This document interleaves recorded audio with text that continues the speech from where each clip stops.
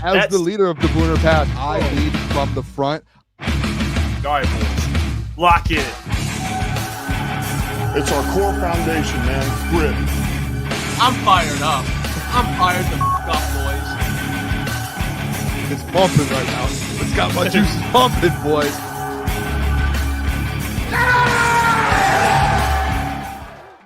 Welcome to Crunch Time Sports with Jeff and Booner. It is Thursday, July 17th. We are back. Appreciate you all for tuning in. A lot of news, man, coming out today. Injuries. We have some guests on today. It's going to be a great show. Unfortunate news. Also some things regarding contracts, which we'll talk about later in the show. But it's going to be a good Thursday today, Booner. I'm fired up about it. Yeah, I'm pumped up. There was interesting day in the football world.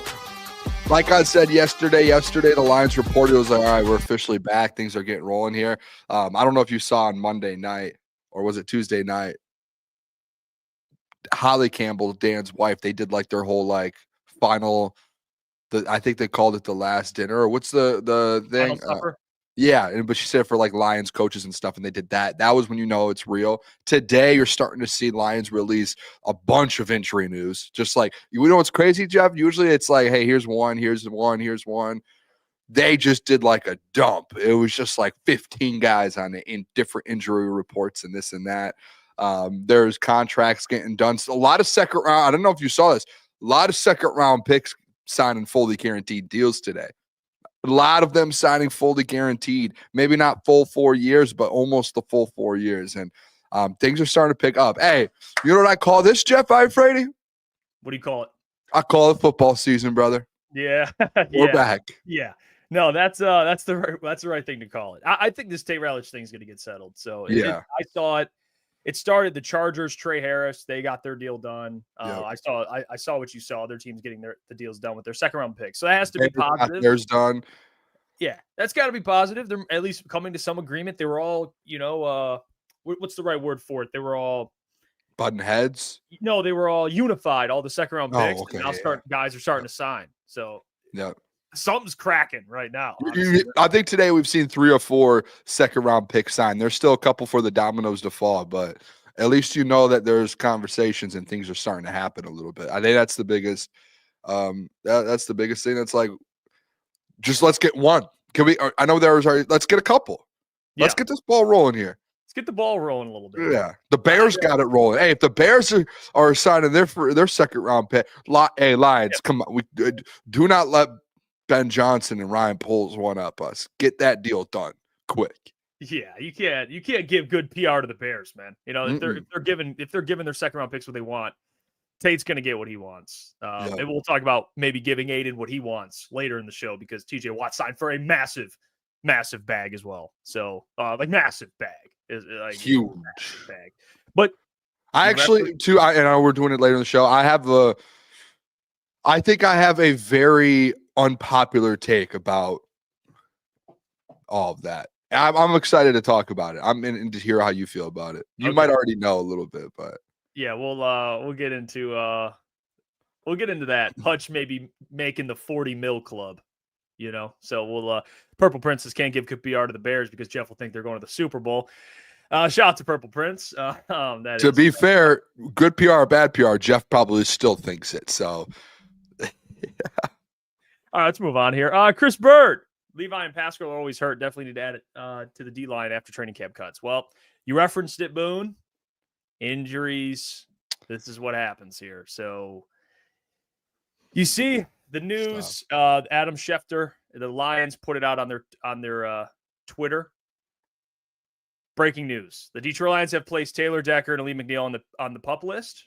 Rookie offensive guard Miles Frazier, Makai Wingo, and Malcolm Rodriguez are all on the PUP list. Now, just to clarify, Malcolm, Makai, and Aleem all dealing with last season injuries. So I think that's probably not surprising. Like, I think Makai hurt his knee, Aleem hurt his knee, and Malcolm hurt his knee. So can I pull up this one just so it has, because there's a lot of names that.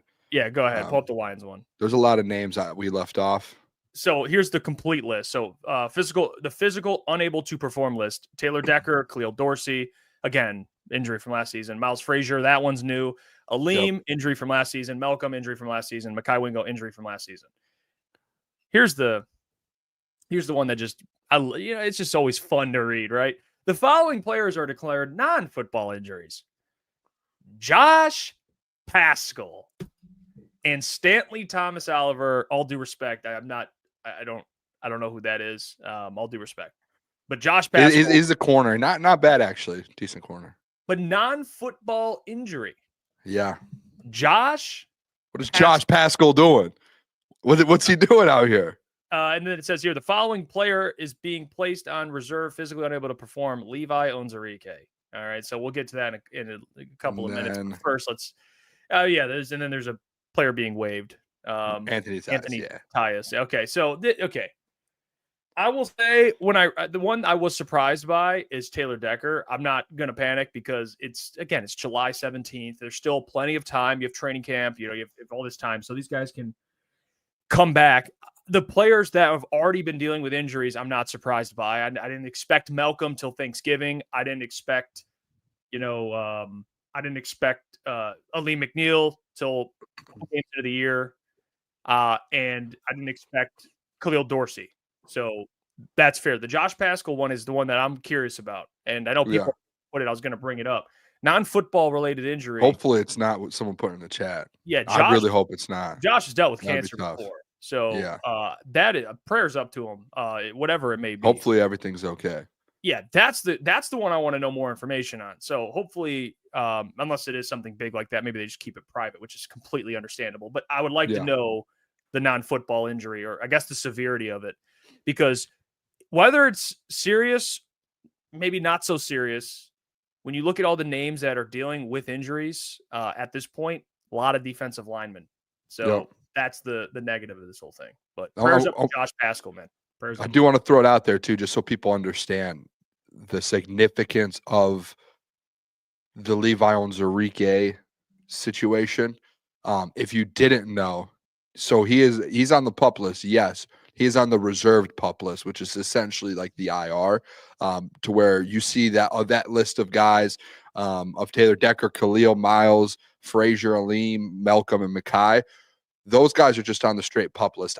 I think they're able, and if someone knows differently, from my understanding, is the fact that those guys on the PUP list are able to come back during training camp if they are able to perform, right? If they're able to go. Like Taylor Decker, he's able to return during training camp. There's no restrictions. With Levi Onwuzurike, I think the biggest thing, and this is why this is such a big ball drop today, is Levi Onwuzurike is on the reserve PUP list. He is out for training camp, and he is also out minimum the first 4 games of the season. So this isn't like something to where it's just a minor injury, maybe like hopefully Taylor Decker working back from something. The Levi Onwuzurike injury, Jeff, is that's a big deal. That's what is going on with Levi Onwuzurike, because you just signed him to a 1-year deal. It was essentially a prove it deal, and it's around $4 or $5 million, and he's injured. It's not like this is something where it's like, hey, my calf, or so, I don't know. It's not like a little hamstring. This is a serious deal. The fact that we're in July 17th, the man's going to be out until most likely October minimum. And that's not even counting, hey, and you know this, Jeff, when you come off IR, you have to get back in shape. You have to practice. You're not going to come off IR in week 1 be like, you could, there are guys who have, but the chances of that happening with a guy like Levi O is probably slim. So you're sitting there going, what happened with Levi Onwuzurike? And he's had the thing that I run into. What's been the big injury for him over the last 3 or 4 years? It's back. It's that back. And last year they said, hey, it's fully healthy. He's finally back. He actually had a decent year. He didn't have a great year, but he had a year to where I feel like all of us as Lions fans and people covering the team are able to be like, hey, healthy back. First year back without a major injury, and he kind of is looking good. And now all of a sudden, there's this setback, and we don't know if it's a back. We don't know what it is, but this isn't a small thing. This is hey, this guy's out for 4 months. He is on the IR essentially. So I think that was a pretty big knock. And my biggest thing, Jeff, and I need to pull it up here because it's interesting that Brad brought him back. I don't know if Brad brought him back and they knew that there was something like this, or if this came up after the contract was signed. I genuinely, and I hope media, I'm sure the doc, we can ask him to have him ask. I would be wanting to know, hey, when did this injury happen? Did you guys bring him back on a 1-year deal knowing he's injured? Because if that's the case, like, what would Brad Holmes be doing? Why is he bringing in guys that are injured, or why injury prone? Or are we just going to keep relying on a guy like Levi O, who's just constantly, he's had one good year where he was healthy, but outside of that, just injuries. Like, I don't know, man. Today, that one kind of hit a little bit harder than most, to be honest.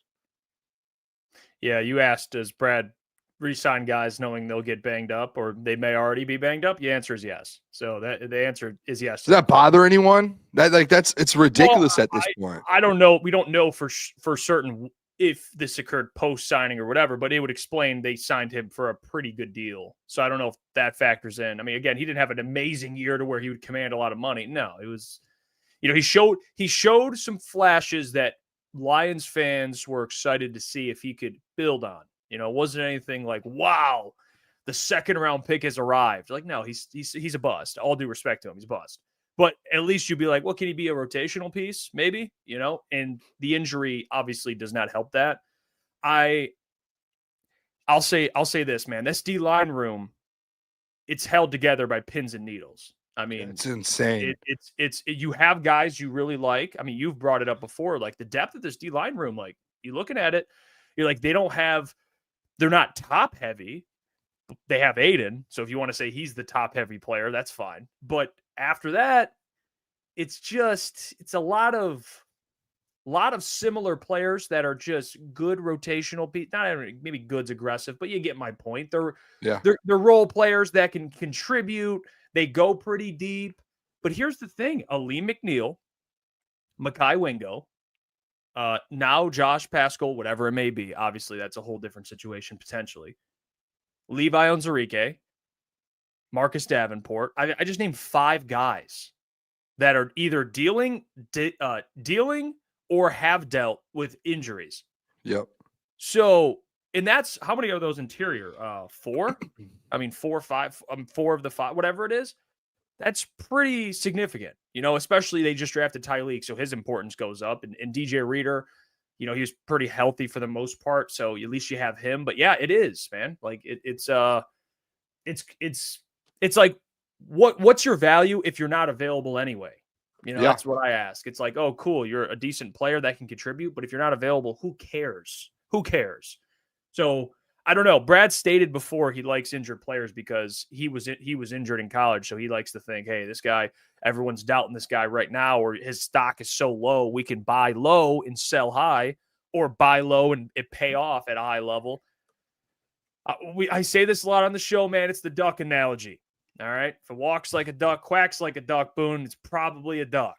All right. That's how it usually goes with some of these situations. So if you have a player that has been injured, gets injured, he'll probably be injured. That's what I've learned being a fan of the NFL. So now are there exceptions? Yes, but it's unfortunate. Yeah, I mean, I just think the biggest thing, especially with this D line, is the one thing that bothers me a lot, like going through all of this, and like there's a couple players that stand out to me. Just kind of looking at it, you signed Levi O for about $4.5 million, correct? Like you brought him back on a $4.5 million deal, or maybe a little bit more, a little bit less. You knew, like, hey, this guy's had injury problems. Yes, like the thing with Brad is, and maybe this is a downfall, and listen, you guys can agree or disagree with me, Jeff. Like, there might be a downfall in Brad's mind where, hey, it is a very, very, it's kind of a good and a bad. It is very good that Brad likes to keep guys that are within the culture in the building and people who have been here, because you're keeping that floor there. You're keeping the culture in place. But also, like, is this turning into a little bit of a bad thing to where they start to like fall in love with guys a little too much, and they're like, hey, this is our guy, man. We drafted him. He's so good for this culture. And yes, Levi was probably a great dude. But like, has he I thought last year he had a good year. Did he have a great year to where you could be like, hey, we're not going to go look at outside players because you had such a good year? Dude, I wouldn't say so. No. I wouldn't say so. And like, yeah, he's been a little healthier than he has in the past, but you're not going to sit here and bang the table and be like, oh, like you could trust him to show up for you week 1. Like, can you though? And like, I go look at some other, especially like when you know you need, hey, more edge rusher, you need to get after the quarterback more. Like the Philadelphia Eagles, Jeff, signed Azeez Ojulari for $3 million. $3 million. Like you signed Levi Onwuzurike for what was it? Let me see. I got the contract up here for $4.2 million. You could have got Azeez Ojulari for almost half of that. And like Levi O, I know he's a tweener, but like he has 3.5 career sacks. Azeez last year had 6 alone.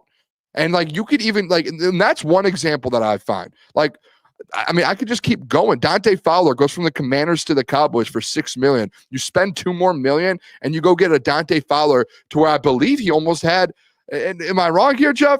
The guy had 10.5 sacks last year. And it's like, why are we like, this is what frustrates me a little bit with kind of some of these signings and some of these deals is, are we just keeping guys in here because they've been here and we're like, hey, we love the culture? Or it's like, hey, let's look outside as well. We might have to move on from a Levi O.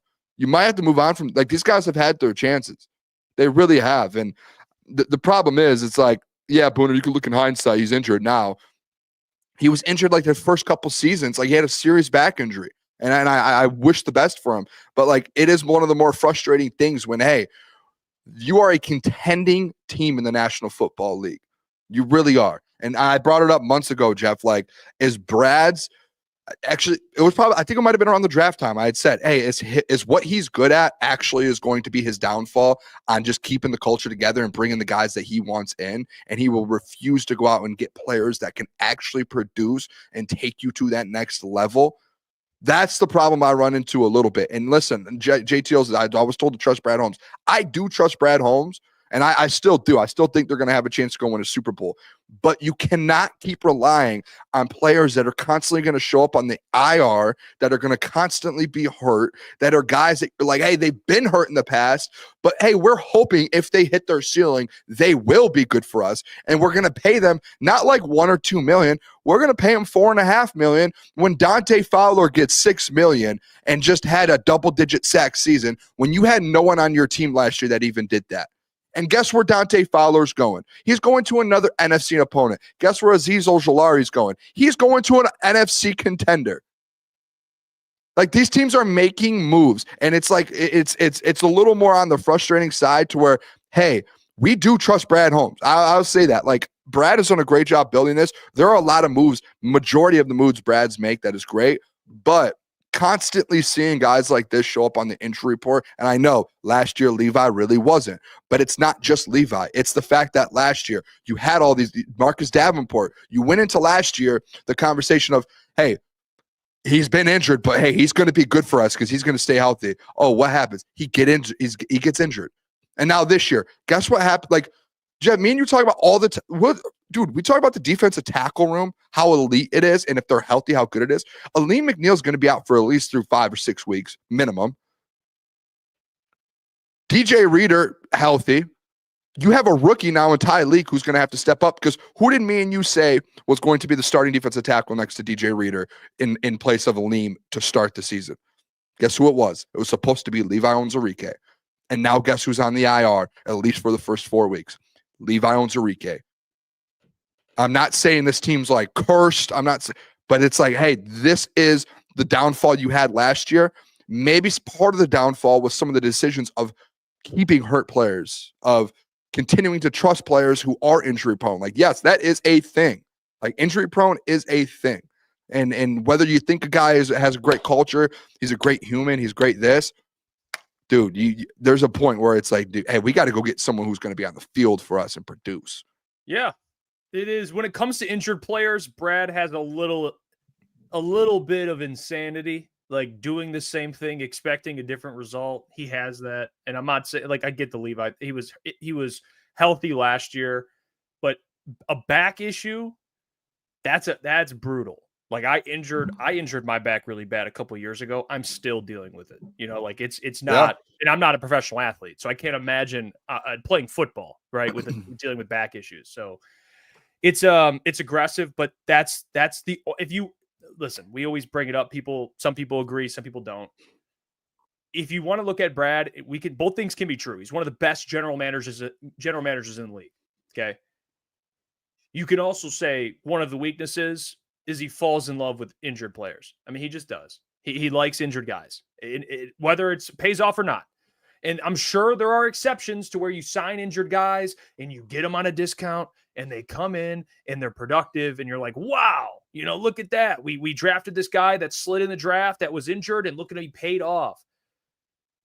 But usually, it doesn't work like that. And Levi Onwuzurike wasn't injured. I don't think someone could correct me on this. I don't know if he was injured in college. I'm not saying that's a Brad thing. They knew about that, but I'm talking post-draft. You kind of know what happened with Levi, right? For sure. Injuries. Yeah. He hasn't quite lived up to it. And, it's not just Levi. It's just the collection of guys they have, man. There's a lot of injuries. And with a team that has such high expectations, you're going to be depending essentially early on. You're going to be depending early on Tyreek Williams. I mean, you just are. So he's your first-round pick, but they're going to have to really depend on him. And again, this comment's funny. Get up what one. Did Jeff just compare his Medicare to NFL players' recovery process? No, they have top doctors. They do. But guys still get hurt. They're playing the most physical game you could play. Like, I'm not. So you at least have to factor that in too. Like, whether it's working out in the offseason or not, man. Like Levi, it sucks. It really does. Who knows what happened? Right. He most likely would have probably started week 1. I actually don't really disagree with that, unless like Tyreek comes out in training camp and is just guns a-blazing. But yeah, it sucks. You would have to think too. Brad has the thought process of going through free agency. Like I totally get like you think you got Levi O on a discount and like yeah, you did. You definitely did, and I like Levi O. I think all of that. But just the point of like, hey, this is kind of when we were in July, feels like a small portion of a repeat of, hey, you didn't make those moves. Oh, wow. Is this true? I think we just got breaking news from Kory Woods. Hold on. Did he just agree? Yes. Breaking news. Jeff, you want to take over? I want to tweet this out. Oh, yes. Okay. So breaking news. Here we go. We knew it was coming. We knew it was coming. And ladies and gentlemen, we didn't know how quick it was coming, but it happened within the show. Lions and guard /center. Love that. /center. Tate Ratledge, the 57th overall pick out of Georgia, have agreed to terms on his rookie contract. It is official. It's over with. We're done. Tate Ratledge is officially signed. I want to know the terms. I assume it's guaranteed. How much of it's guaranteed? That's the stuff I would like to know details-wise. Jordan Schultz, that's the first report I've seen. I don't know who put it out, but first, appreciate Kory. We'll talk to him in a little bit. But Tate Ratledge, finally, one contract out of the way. We talk about him, Anzalone, Aidan Hutchinson. This was the first domino to fall, as expected. Now, we'll see what happens after this with Anzo and Hutch. But the fact that no longer his contract is a distraction is fun. And that's great because the offensive line, man, that's what Boone brought up before training camp even started. One of the bigger storylines of the offseason and of training camp is this new look offensive line and how young they are and how, unproven some guys are. And now you get to officially get Tate Ratledge not only in the building, because he can go in the building. He just can't do any football activities, not under contract. Now he's officially under contract. So this is big time for the Detroit Lions. And we felt it coming. All the rookies that signed today, it just had to, at least the domino had to fall at some point today. So everyone, Who Dat says I can sleep better knowing this. Yes, it is over. Thank freaking God that we no longer have to talk about it. All right. So shout out to Tate Ratledge. Glad he got what he wanted. I don't think this sets a precedent. I know that was something we talked about yesterday for like 3rd round picks. Now our 3rd round pick's going to ask for fully guaranteed money. I don't think so, man. I think 2nd round picks do deserve fully guaranteed contracts. I've already stated that. I mean, 2nd round picks in the NFL are not like other sports. So Tate Ratledge, even though he's the 57th overall pick, he's a very good player. So happy for him. And it's absolutely massive. But I wanted to speak a little bit on some of the mailbag questions people are dropping in the chat when it comes to some of the injuries. Steven says, Iafrate should love Decker being on the pup. Manu's time is now. I was going to bring that up because you could say, although Decker will not be knock on wood, out for a long period of time, this is massive for Giovanni Manu because he's going to get all his reps. So sink or swim. So I am excited about that. So although I don't want Taylor Decker going down or getting injured, happy for Giovanni to get to kind of get those reps there. It's actually huge for his development. But yeah, but what do you think about the Tate Ratledge stuff? Yeah, I think, excuse me. I think this is massive. I think yesterday they report to camp. I'm guessing, my guess would be he was in the building over the last 48 hours when they reported, obviously probably not going through physical activities because of this. And they were probably just in the building figuring this thing out. I am really interested, like you said, just to see what this contract details are. I know the Chicago Bears second round pick. Excuse me. Hey, this is big news. Obviously signed the 4-year deal. The first 2 years for the Chicago Bears second round pick were guaranteed, and 75% of the third year was guaranteed. So, and I think Tate is a little bit later. So I'm interested to see if they did a fully 4 years guaranteed, if they did 2 years guaranteed. Yeah, that's one of my biggest questions here. So, but as soon as we figure that out, I think that's going to be kind of the big. I just honestly, I wouldn't have cared if it was 4 years, Jeff. I would have been fine. Hey, we just need. My biggest worry was this guy's potentially going to be your starting center. You were going from Frank Ragnow to a rookie potentially, or even a starting right guard. You need him in the building every minute that you can have him in the building. And I know people are like, "Oh, it's just a day." No. This guy needs to be in there learning, making sure that everything is going very well and the process is very seamless getting into this next position. And you can't afford, in my opinion, especially on an offensive line with the weapons you have and the quarterback you have, dude, you can't afford any slip-ups. You can't. And I'm glad that Brad essentially, I think that Doc mentioned, and we can ask Kory, I know the rookies report yesterday, I don't think they're going full speed or pads for a couple days anyways. Maybe I think Sunday. I think that's what he said. So at least he didn't miss anything on field, and he was able to probably be in the film room and in meetings and all of that. So I think that's the biggest thing. So hey, we knew that Tate was going to be the first domino of all of this. Hopefully Anzo is next. Hopefully Hutch is next, and we don't have to and then Za'Darius, and then we're kind of off and running. We don't have to really worry about contracts or any of those business side of things, and it's just straight football in the Super Bowl after that. But hey, congrats to Tate, I guess, man. First rookie. I know it's just the rookie deal, but first contract here. Like that's a big deal, man. Yeah, at least it's over, man. Jeez. Yeah. I did not want to cover that for too long. Burning issues. Who signs next? Z Smith, Anzo, or Hutch? I think it's going to be. This is what I hate. I don't know, man. It's gonna be Hutch or Anzo. I just don't know which one it's gonna end up. I don't know, man. That's a great question. Yeah, I would say. I think the Hutch one's about to get done. To be honest, I don't know anything, but I'm gonna move. I said Hutch last. The last time I was asked this, after TJ just signed. I mean, we got it. I mean, it's got to happen soon, right? You would think. You would think they get this thing done pretty soon. That's just I don't have any inside information. I'm not Slick Rick, the insider that we showed last week, but yeah, I think I think it gets done relatively soon. I don't know.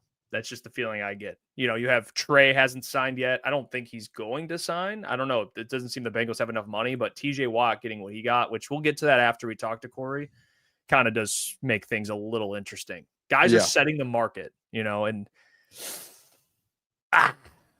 yeah, we'll talk about that. We will talk about that. Justifan says Hutch will not sign until the end of the season. I don't know, man. I mean, I get what you're saying. It makes sense. Like to say, oh yeah, he'll just wait. We'll see how he looks after the injury, and then we'll sign him, right? Like that makes sense on paper.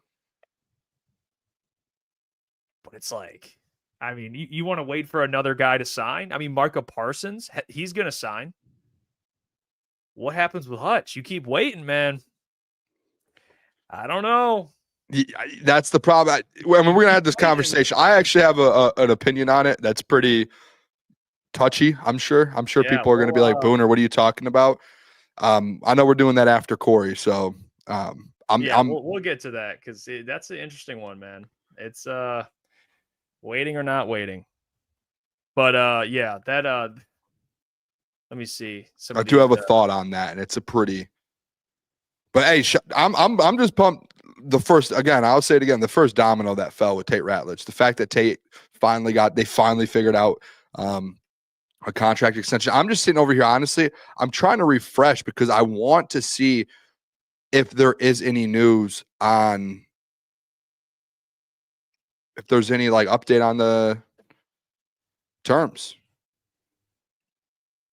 Yeah, I'll say this. I reached out to them. I reached out to Tate Ratledge's camp. Didn't get anything back. Jordan Schultz did, but I was like, I want to figure this out. I was dying to figure out what's going on. So I did reach out to their camp, and I was just like, I need to have something here. Whether they said, hey, we don't have anything or not. I need information. I was kind of over waiting. I just shot over a couple. I reached out, shot over a couple messages. Yeah, I appreciate everyone hopping on here, man. Post Tate Ratledge injury. We'll be talking to Detroit. No, not injury, contract. Or excuse me. I mean, check. Contract. Yeah, sorry. No injury. Post Tate Ratledge contract. We're going to talk to Detroit Lions and Detroit Pistons reporter Kory Woods from MLive.com in a little bit here. We'll talk to Raj later in the show, talk some Tigers. We talked to the doc yesterday about training camp, which you can go watch that clip as well. Yeah, no injury. Forget I said that. Yeah, that's unbelievable for me. Men in Black. Forget everything I just said. No injury at all. Let's see. What did we? No, go on. I would say whatever we said about these second round picks. It was like as soon as a couple of them start, it's going to happen. And today there was 4 of them, and now it's 8. Tate's done. Let's go, baby. Yeah, that was the one, man. That it was kind of. It should have never been a thing we were sweating about, to be honest. We knew. I mean, you could sweat about it because camp. It was reported. I mean, they reported yesterday, so there is a little side where you're like, like, what's happening here? Yeah. Can we get this thing rolling a little bit, fellas? I know. We're maybe pushing it a little too close. Yeah, we're pushing it pretty close. I mean, we were getting close to the contact here. It's like growing up, like if you're like doing like you're like throw like those hands or something at like your parents or something, and they're like, "You're gonna hit me," and you're like trying to get as close as possible, and you're like, that's what was going on. I was like, "Come on, man." All right, hey, before we get Kory on, let's get to an ad read so I can tell you about the sponsor of the show, and that is Comer and Cross. You guys know Comer and Cross. Their summer installation sale, and you're tired of it. I know you are. You're staring at your crack-stained garage floor, so give them a call, 248-834-3488. They do a wonderful job. They transform patios, pool decks, basements, even driveways. They will help you out and fix your problems when it comes to, again, your cracked, your stained garage floor, patio, pool decks, basements, even driveways. They'll move all the stuff out for you. You just call the number. Just call 248-834-3488, 248-834-3488, or you can book a free estimate, your free estimate at comercross.com. Just tell them your friends over at Crunch Time Sports sent you. Crunch Time Sports. All right, let's get back to the show so we can welcome in the man of the hour. Covers the Detroit Lions and Detroit Pistons for MLive.com. He's joining us via his cell phone. He's looking good. It's Kory Woods. He looks sharp today. Hey, looking sharp. What up, Kory? What's going on? Hey, can't complain. How you guys doing? Good, man. Good. I mean, this stuff's just shout out to you. Logged on. Let the boys know the breaking news. That's your real one, Kory. Let me get your reaction to that. Tate Ratledge, all the second round picks started dropping like flies today, signing contracts. Had a feeling that Tate was going to sign. Made it official. What's your kind of reaction just to the second round pick thing, the fully guaranteed contract stuff, and then Tate finally inking that deal? I just think inking that deal is just a good thing. You know, you don't have any controversy. You got your training camp opening up in a couple of days. Well, guys, the rookies reported today. You got everything kicking off on, next couple of days. So it's just good that they don't have any more controversy heading into this. That's just really it. Don't need to really oversell other than that. That is just good to get them in there. Yeah, Kory, I do want to ask you the question that Jeff actually just brought up. Obviously, there's the offseason stories was Tate, Anzo, Hutch, and as well as Zadarius Smith and that whole kind of situation going on. How do you see this thing playing out now that we finally got the first one of these storylines kind of completed? Tate Ratledge is going to be in the building.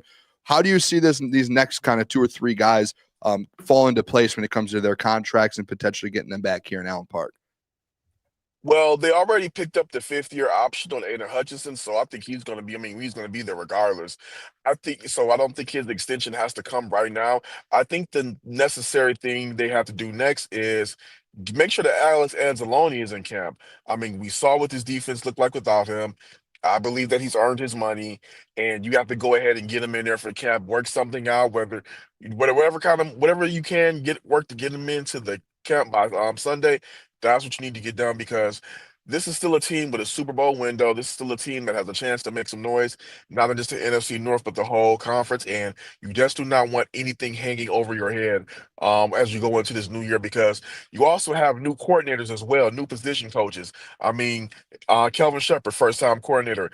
Sean Deion Yep. Hamilton, this is going to be his first time being the lead dog of the linebacker. So you just want to go ahead and just get this done if you can. Yeah, Kory, the thing we talked about was kind of interesting. Well, not in a bad way, but the injuries that they posted. The Lions, Adam Schefter reported as well. Yeah, Decker, guys that were dealing with injuries last season, but Decker, obviously a new one. Josh Pascal, non-football related, which could be concerning. I hope it's nothing, obviously, much more serious.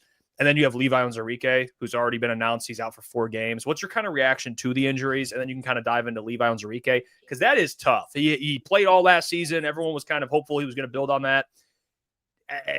To be out the first 4 games, and we're in the offseason already, we haven't even gotten to training camp where guys are hitting each other.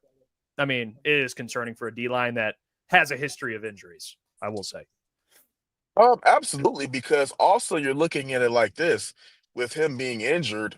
I mean, first off, I want to be real clear. We haven't talked to any coaches yet. Well, just want to put that out there. But with him being injured and whatnot, it's like you have a new defensive line coach in Casey Rogers, and this guy's not really able to kind of get out there and see what he can do in whatever scheme and type of concepts that Casey wants to put out there. So that's very concerning because Levi has been a little bit of like a utility guy, a versatile guy. You can put him inside or outside if you need to be. So the fact that he's not going to be there, that is very concerning because you're already down. You're already going to be missing Wingo, waiting for him to maybe he'll be out there a little bit early, maybe not. But you're not going to see Aleem McNeil to probably if everything goes good end of November. So it's concerning, most definitely. Yeah, Kory, the big thing is too with it is I mean, you talk about the interior D-line, all the injuries, but people bring up Marcus Davenport. Obviously, Zadarius is the biggest storyline. They still have a roster spot. Obviously, that's still a thing people are going to follow, whether he misses training camp and just kind of pops in for the season or not. Where are you at right now with Marcus heading into the season? And maybe your confidence level that if he can stay healthy, he can be a contributor for the Lions? Or are you more on the side of, hey, man, we really got to look into this Zadarius thing because it's hard to rely on a player that just gets hurt as much as Marcus does? I think that regardless of whether you want to believe that Marcus can stay healthy or not, you still need to go ahead and observe the Zadarius Smith thing because I think that if you have just Marcus Davenport out there and then you're rotating guys behind him with him being one of the lead guys, that can be a bit concerning because, as you said, look at his injury history. He hasn't really played that many games over the past 2 seasons. But if you have a Zadarius Smith in the building and then Marcus Davenport is a part of that rotation, okay, then it doesn't look as bad. It looks like, okay, you have a guy that if he's healthy, he can Right. he can be everything that we saw in those first couple of games last season before he went down with injury. So I think that the Zadarius, whether you want to believe that Marcus can be that lead guy or not, the Zadarius thing needs to be revisited, in my personal opinion, because we saw what he could do coming into the middle of the season, and he was a little bit banged up to himself. So I would like to see him with a full offseason program with this team under these new coordinators and coaches and see what he can do. Yeah, Kory, one thing heading into this training camp, I think like we've been talking all week about different storylines. I know the Tate stuff just dropped here. What are your thoughts and kind of what are you going to be looking for over the next few weeks with training camp when it comes to this offensive line? Obviously, like we can just all across the board, Graham Glasgow, Taylor Decker, now the injury. Tate, do you think Tate's going to end up taking those center snaps majority of the times as he was kind of in the mini camp? How do you see all this playing out over the next few months? I think that Tate Ratledge is going to be a starter on that offensive line at center. I'm not quite sure about that. Here's the reason why. I know there's just been this big thing about him taking snaps at OTAs and minicamp, but um, and again, you never know. This guy could beat out Graham Glasgow for the job if that's the case. Anything could happen. My thing is that I think it's Graham Glasgow's job to lose at center because he's actually taking snaps at the NFL level. Tate Ratledge is not taking a snap at center in his 5 seasons at Georgia.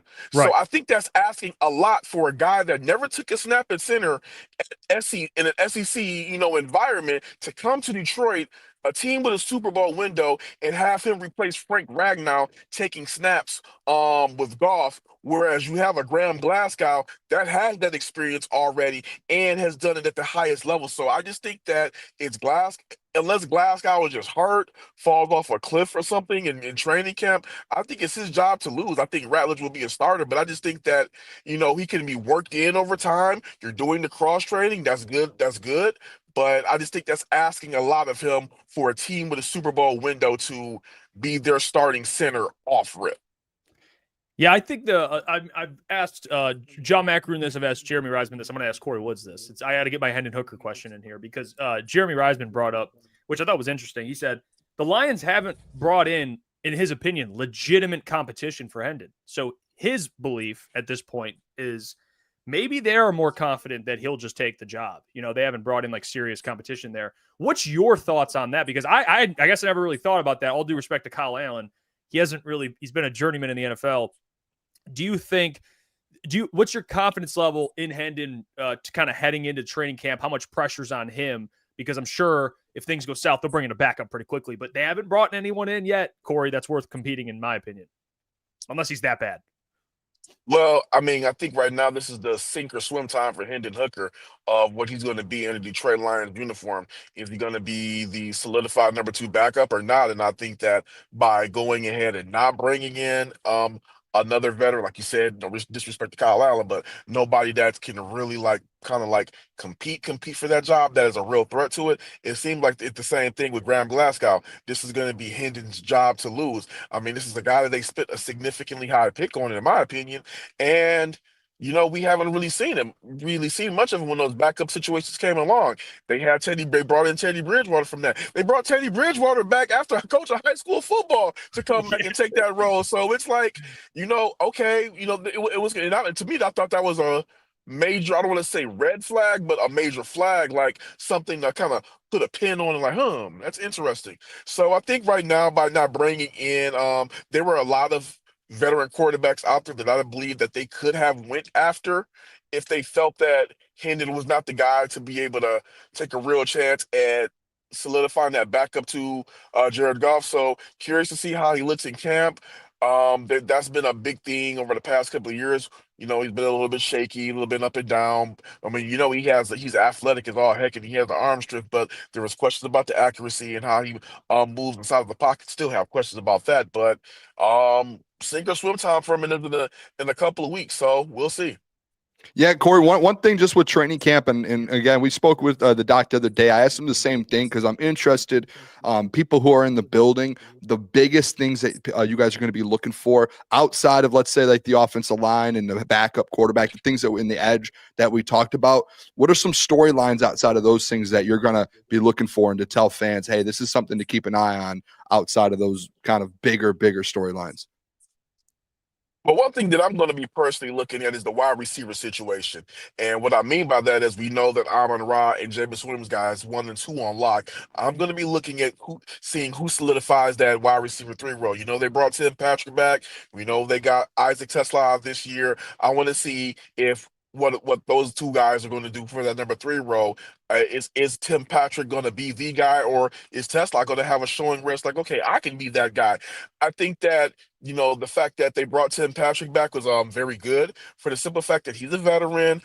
He didn't have the big he didn't really have flashy numbers last year. I believe he had like 394 and 4 touchdowns, if I'm not mistaken. And he didn't have a full offseason program with this team.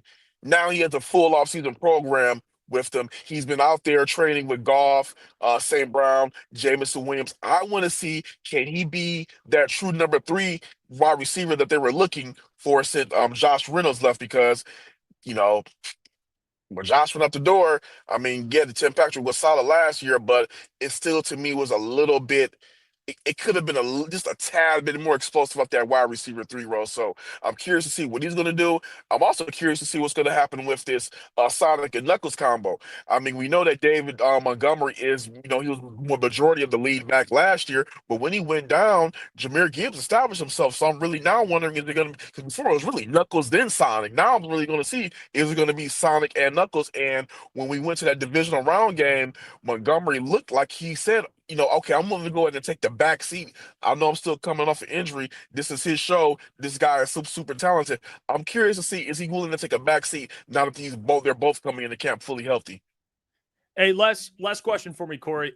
Any rookie you're kind of looking forward to seeing? I know you brought up the wide receiver position, Isaac Tesla. We talked about Tate, but is there any other rookie you're kind of keeping your eye on just to see maybe by the end of camp people will be talking a lot more about? Obviously, you got to go ahead and look at edge.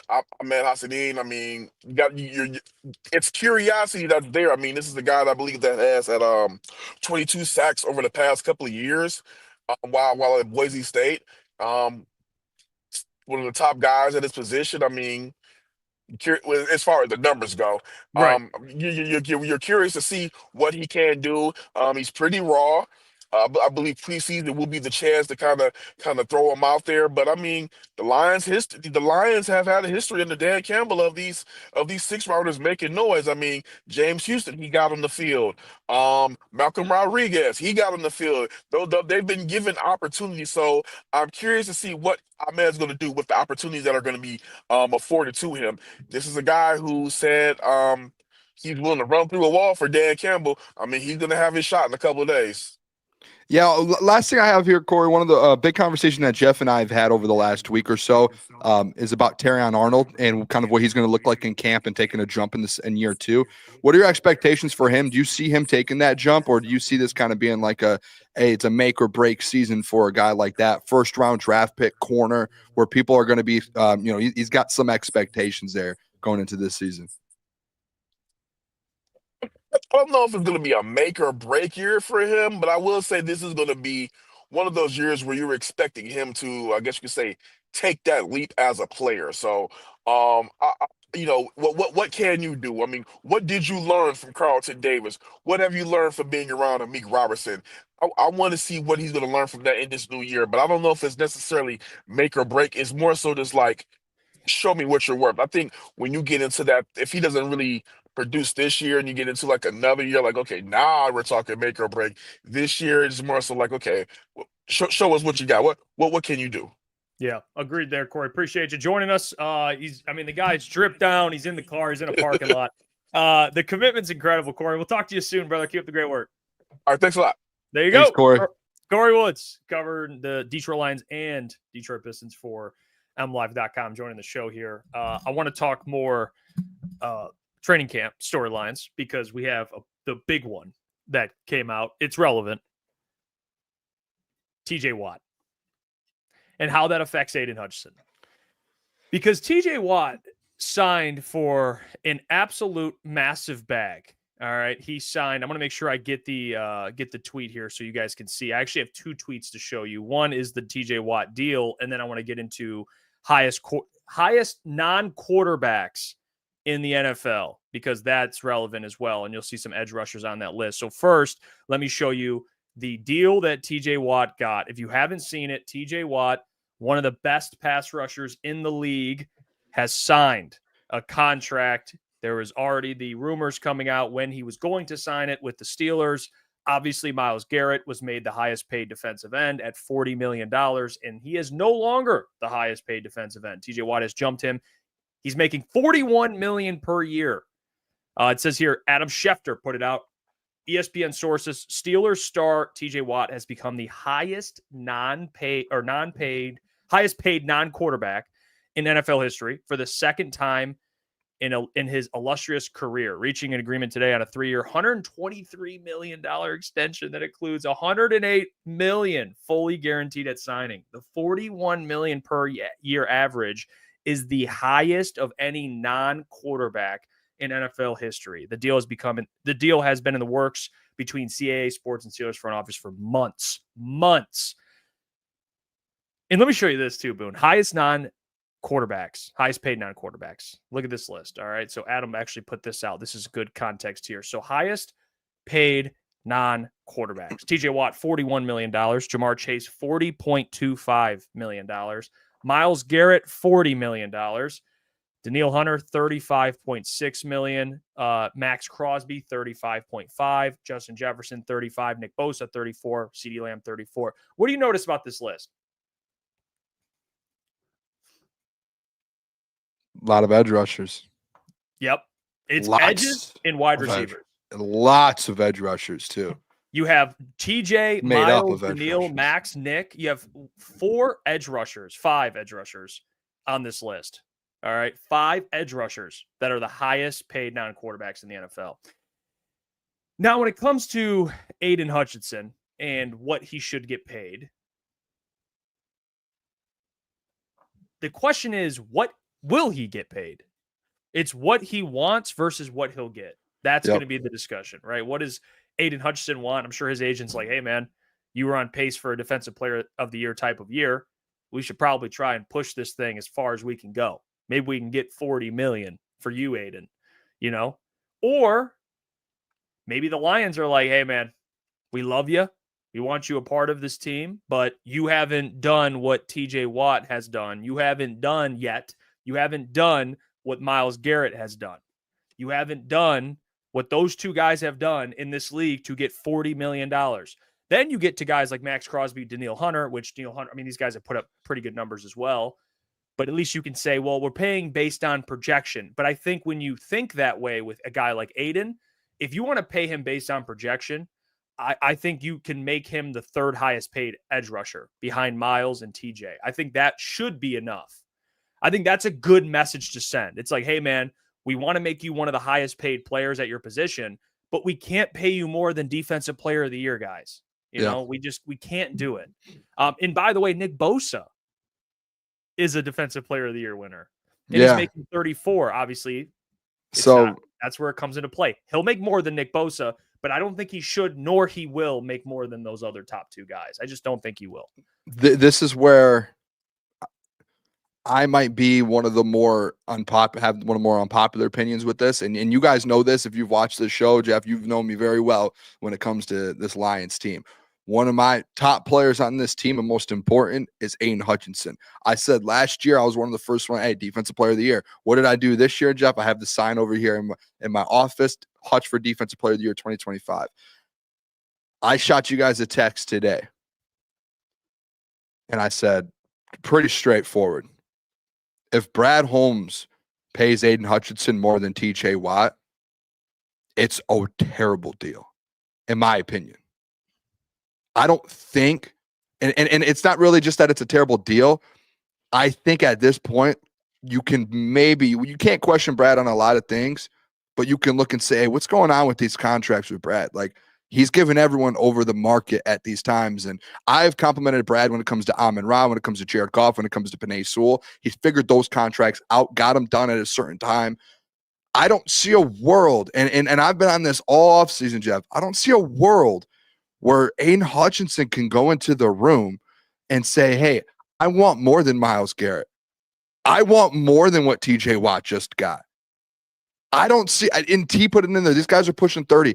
These guys also have multiple-time defensive player of the years. Yeah, I don't care if they're pushing 30. They consistently, even while they're pushing 30, are putting 15-plus sacks up. Not for one season, for multiple back-to-back-to-back seasons. These guys are producing. Yeah. And these guys also didn't get those. They've gotten big contracts. They didn't get $40 million, $30 million. I know the market's a little different, but you do, like, in my opinion, I think it's, hey, Hutch, Max Crosby signed this offseason. I think Hutch is better than Max Crosby. But if you compare them, hey, Max is a top 5 or 6 edge rusher in the game. He hasn't won Defensive Player of the Year. If I'm Brad, I sit down and say, hey, I get you might want 40. We're putting you in this conversation and this market value of these top tier players who did not win Defensive Player of the Year, but put the numbers up that you do. And they are top 5 in the NFL, top 6 in the NFL at their position. When I say this, Danielle Hunter, one of the best edge rushers in the NFL, top 7, correct, Jeff? He's around 35 and a half. He just signed in the last few months. Max Crosby, one of the top 5. I wouldn't even say 7 or 8. He's top 5 right there with Aidan Hutchinson. You can argue with Hutch or him, right? We've had that argument. There's lists that come out that even have Max Crosby over Hutch. He just signed 35 and a half. So for me, it's like, hey, that's the range that you need to get Hutch at. If you don't, my problem with all of this, Jeff, is I think there is like a chain reaction. You signed a Lee McNeil to break the market, right? Is a Lee McNeil a top 5 defensive tackle in the NFL? No, he is not. But guess what you did? You essentially reset the market with the Lee McNeil, right? You did the same thing with Kirby Joseph. You're going to do the same thing now with Aidan Hutchinson. You signed Derek Barnes for a contract that you should have given Alex Anzalone. So there's a point to me where it's like, hey, if you want to give Hutch and set the market with Hutch, which I don't think he should set the market. He hasn't earned that yet, and he hasn't gotten there yet. But if you do that, now at this point, you're just being we're not being smart with money at that point. You're not doing the cap correctly. We're not figuring this out. You're spending money on the wrong guys. You're resetting the market with guys who shouldn't reset the market. I'm not saying Hutch shouldn't. I think Hutch is very good. I just don't believe, like in a year or 2 or 2 years after his next deal's up, that man's going to reset the market. He's going to be a multiple Defensive Player of the Year. But I think in this moment, coming off a major injury, I think he's going to be great this year. He has not given you enough to say, hey, you can go get 45 and reset this market. Yep, that's you. Because there are guys who have been proven in this league who are still not declining, who are getting better. Myles Garrett, who just won Defensive Player of the Year a year ago. TJ Watt, who just keeps getting better. Those are guys who have proven, hey, we deserve to reset the market. Now, my problem, and Jeff, now seeing the TJ Watt deal, I will say this, and I will budge a little bit. I said 37 was my price for Aidan Hutchinson. I will go just below 40. If they and I see Stephen David. Is Booner okay with 39 per year? 39, I would be fine with. I just don't see a world. I think you are getting played, or you are not being smart with your budget if you're out there resetting the market with Aidan Hutchinson when there are multiple times of the year Defensive Player of the Year winners that are resetting the market. And Jared, and the Booner's cheap. I'm not cheap. I'm smart.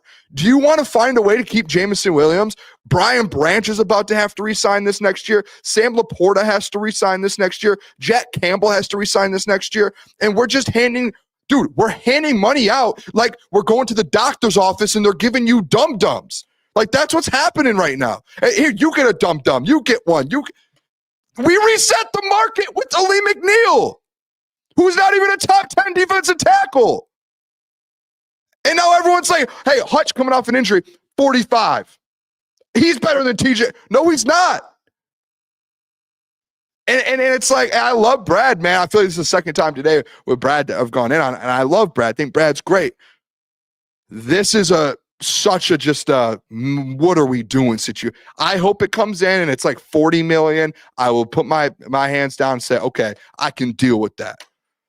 But if it's over TJ Watt, or if it's TJ Watt money, Jeff, I will have a problem. And I will sit there and say, hey, does Brad know, is he handling contracts correctly?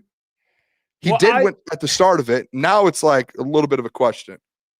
I think it's not even. I think people are missing what the point you're trying to make here. It's not the dollar. It's not just about the couple million. It's about setting the example of, hey man, like, we love you, but Hutch doesn't have all the leverage. I don't know where people are getting that from. It's crazy to me. Some Lions fans. Hutch has some leverage because he's really good and the Lions want to re-sign him. But the Lions have leverage because Hutch is coming off a major injury, like a major injury. Not fractured, he broke his leg. The only way that Hutch would have all the leverage is if he didn't get hurt, had a defensive player of the year type of year, even if he didn't win it, let's say he gets like 16 sacks, then it's like, dude, Hutch has all the leverage. He's like, look what I just did. You know, you really are going to try and play games with me. We didn't even get to see a full season of Hutch. So I think the Lions have leverage here as well. It's like, hey man, we want to re-sign you. You're under contract. So it's not like he can just go walk and go leave and go somewhere else. He wants the money. You know, what's the difference? The same people that are like, Booner, it's $3 million. What's the difference? Ask Hutch that. What's the difference? It's $3 million. Why not? Yeah, why not take the 39 then, huh? Take the 39. It's like you can ask that both ways. You get $39 million per year on your first contract, or even if it's like 39.9, whatever the hell it is. You get that money. And then in 4 years, 5 years, whatever it is, he'll be what? He'll be ready to dip, and he's still in his prime. He can dip back into the market and probably reset it at that point again. Dude, his next contract, he will reset it hands down, no matter what. Yeah, you know, it's so I listen. I understand people are in part of people are panicking. It's like, well, I don't want to lose Hutch. You're not going to lose Hutch, man. You're not. They're going to get a contract done. It's just about. You can't just, if you're negotiating with a player, you have to have some nuts. You know what I mean? You can't just be like, well, yeah, whatever you want, we'll give it to you. Then you turn into the Cowboys. Like Dak Prescott says, hey, give me 60. Okay, done. No, you know, fuck that. You know, you're like, no, you're not getting 60. Not that this is the same situation, but you have to have a little bit of like, hey, man, hey, we got to negotiate a little bit here. Okay, maybe we'll give you close to those guys, but we're not going to pay you more than 2 guys in their prime that are defensive player of the year winners. You know, I don't see it as well. And listen, I'll be honest, Jeff, and I know this is, again, hindsight. If there were all of these guys that they have already paid, like if Aleem McNeil didn't get the contract he did, if Derek Barnes maybe got a little less and Ansel was already signed, I would be like, okay, you know what I'm saying? Like, hey, if some of these contracts maybe were done a little different, I would be like, okay, let's just, like, Hutch, in my opinion, would be the number one guy to where, hey, if he wanted this and he was going to sit out because of it, you just give the deal. Like, yes, reset the market, whatever. But there are some of these deals to where, like, Brad, and this is where it kind of gets touchy. He's done good deals. Like, I think the Jared Goff one in the moment, a lot of people hated it. I loved it. Now you look back, Jared Goff's getting paid well. Same with Amon-Ra. Amon-Ra's the 7th highest paid wide receiver in the NFL. He's a top 3, in my opinion, wide receiver, top 4 wide receiver. Like, that is a steal. So, Penei Sewell, like, he's not going to be the highest tackle. He's going to be a top 10 at some point, and he's the best tackle in the NFL. So, like, there are deals that have worked out, but there are deals like the Aleem McNeil one. They're paying him as a top 5 defensive tackle. He's not. Every list we saw this offseason, he hasn't been in the top 15. Well, you brought up the Amon-Ra. It's a miss. Amon-Ra was coming off 1,500 yards. Exactly, 100%. Did he reset the market? No, yeah, kind of. Technically, he did. 1,500 yards. My point is, 1,500 yards. He reset the market. Yeah, Hutch got hurt. You know what I mean? And I know there's 2 different arguments. I'm not saying Hutch is going to have a setback because of an injury. I'm just stating an obvious thing. Okay. I'm just stating an obvious thing. He got hurt. You know, does that not factor in? Does that not factor in a little bit? It's like he got hurt. We didn't get to see him finish the season. It has to factor in a tiny bit. All right. The problem too that I have, Jeff, and I hope you agree with this, because me and you have had conversations about accolades and different things like that. We may have gotten into some arguments about accolades. In my opinion, a player that's never been an all-pro player at his position, and Hutch, I believe, has been Pro Bowler, but has not been all-pro. Yeah, you can't reset the market. You can't. That's my point. If you're paying a guy, Amon-Ra, first-team All-Pro, resets the market. Sauce Gardner just reset the corner market. Guess what, Jeff? 2 times first-team All-Pro, 2-time Pro Bowler. Like, to me, it's, yes, Hutch was on his way to becoming Defensive Player of the Year. Yes. And if he did that, guess what? You can make the argument, but he hasn't done it yet. And he hasn't even been an all-pro yet. Think about how crazy that would be for a positional player at his position, not one time in his career to date, to be an all-pro player and to reset the market at that position. You would look at the GM and be like, what are you did you just get played? Like, what are you doing? Like, that's not how this works. And there's probably other GMs that would look at him and be like, you're setting a bad precedent for all of us here. Like, this isn't good. It's not a good look. So that's the problem that I have with it. And I know that might be a very unpopular opinion in the Lions world. But it's just, honestly, that's just how I felt with it. I texted you guys today. I actually texted you and Doc about it. And I texted the boys, Klotz and all the boys. I said, listen, if Hutch signs and breaks his and resets his market or goes close to TJ Watt, it's a terrible deal. And I got to start looking into Brad's deals a little bit more, because then I'm going to start questioning some of these contracts. I even texted Klotz and said, I'll be in on there with you with the Barnes contract. Straight up. Like, I was just like, it's just like Anzo's not paid yet, but you're paying, like, it just, none of it making sense. Yeah. And I hate to negatively. No, it's not negative. It's not negative. Cardi says you don't play with a Hutch contract. Like, it's not, guys, you got to have some backbone when it comes to some of these negotiations. I mean, you got a little bit of backbone here. For sure. I mean, you got to have just a little bit of backbone, like that's just business in general, like, even if Hutch, it's like in your mind, Brad's like, we can't lose this guy. Like, there's no way. Yeah. You at least have to negotiate, dude. You know what I mean? You can't be like, hey, Hutch, what do you want to get paid? Here, sign here, write the number and sign. It's like, you got to at least be like, all right, dude. You did kind of get hurt. Not that we think that'll prevent anything. But maybe we can't make it the highest paid. You don't have the all-pro. Like, Amon-Ra, all-pro, 1,500 yards. He reset the market. Like, check. He did it. Hutch... It sounds, and people are gonna be like, "Oh my God, you guys are crapping on Hutch." No. I think Hutch. I said he's a top 5 edge rusher in the NFL, so he should be paid top 5 money. Guess what that is? Number 1 is TJ Watt at 42.5.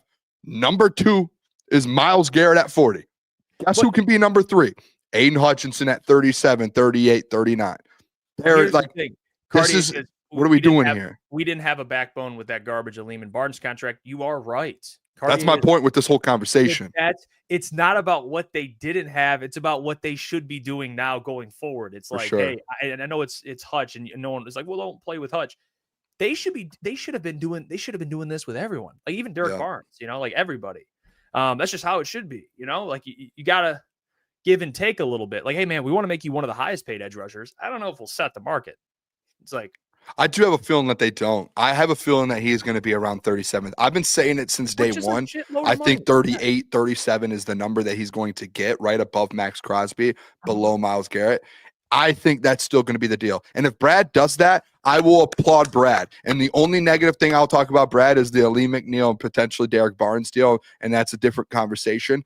But my point is, if this thing gets up into the 40s, Jeff, there's a So what is he going to do? Are we just going to give JMO 35 and then go in and give Brian Branch the max and then give Sam Laporta the second? Or is Sam Laporta going to reset the tight end market? Like, that's the conversation it kind of turns into. And how many players on your team can you reset the market with in a 2-year span? That's my problem.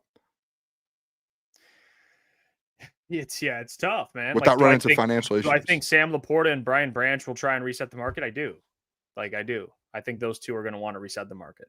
So I don't know about JMO. I think JMO could try. I think it'll be a little more difficult. But yeah, like Brian and Sam have been the best at their position since they walked into the league. You know what I mean? So it's like those guys are going to be able to do it unless injuries happen. I don't know. But Sam Laporta, all pro. Like he's an all-pro, man. You know what I mean? He's got some leverage there. He does. But yeah, Laporta and Brian, yeah. Gibbs, another one. Like, I think Gibbs will probably be another one that's going to be try and be the highest paid at his position. Like, this does not get easier. Does not. AG's Burner says 35 plus money for incentives. Like, there's a lot of ways you can structure this contract. I don't know. Again, the contract, what you read when you first read the reporting versus what it is different. Like Kirby's deal, when you actually look at that deal, it looks a lot different how it's structured. So obviously that matters. But I just don't. I'm with you. I don't think you're hating on Hutch. I mean, you've been the biggest Hutch guy. I don't think it has nothing to do with hating on Hutch or not believing he'll be Hutch when he comes back. It's just strictly negotiations. I think this is less of a Hutch conversation, Jeff, than it is more so a financial conversation within the organization and cap space. Because like you're not in a great spot. I just don't think some people understand who you're going to have to pay and what's already on the books. And I get it. oh, Booner, it's $3 or $4 million a year. How big of a deal it is? Like, okay, if they do it, fine. Overlying conversation, how are you going to pay other guys if you're going to reset the market with everyone? That's my biggest question with it. And I don't think Hutch he's not a $42 million. He will be a $42 million guy after this year. So hey, if we want to have the conversation, Jeff, let's do this. If we want to have the conversation of this, if Hutch plays his full season and doesn't sign a deal, I guarantee, and I would be okay with this if he reset the market next year, because I know for a fact Aidan Hutchinson is going to have 15 plus sacks this year, and he's going to hopefully have a defensive player of the year under his belt. And guess what he's going to do, Jeff, and what he's able to do? Hey, I'm reigning defensive player of the year. I had 17 and a half sacks.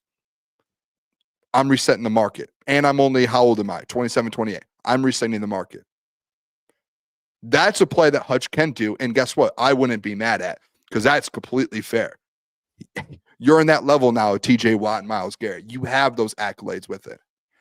Steven says, don't we think they're going to get creative like they did with Kirby? Kirby's cap hit isn't close to his contract's AAV. Yeah, because they'll come out like that's why you can't read the initial numbers. That's the other thing. So yeah, they can structure it. They can front load it, back load it, stretch it out, make other years more expensive than others. I mean, they've been, that's where I'll say with Brad, where he has done a good job structuring the deal. Like whether you don't like the number, how it's structured is usually pretty good. Like Goff's was structured they didn't capitalize, but he was making pretty penny. I mean, he was making not that much the last 2 years. Yeah. Now you're going to have to restructure Jared Goff now at the you're end gonna of have this to year. restructure that deal. And but the thing is, it's like, I get what Stephen David's saying. I understand that, but like the total contract, you're still going to have to pay. It's going to be on the cap at some point. And it's like that with all of these guys. Like Jared, hey, you restructure Jared's deal. He's due whatever. Let me pull up Jared Goff's contract. Jared's owed like 60-something million. Yeah, like he still owed a ton of money in a year. He's owed $70 million in 2026. This year, 32.6. Next year, 70, 69.6 essentially. Oh, so one more year until that big one. Yeah, it's 2025. This year, we're good. It's next offseason. You need to restructure his deal. Okay. He's due 70 million and then 55 essentially, and then 60, around 61 and a half the next year. So, hey, yeah, you restructure Jared Goff's deal, but guess what you have to do?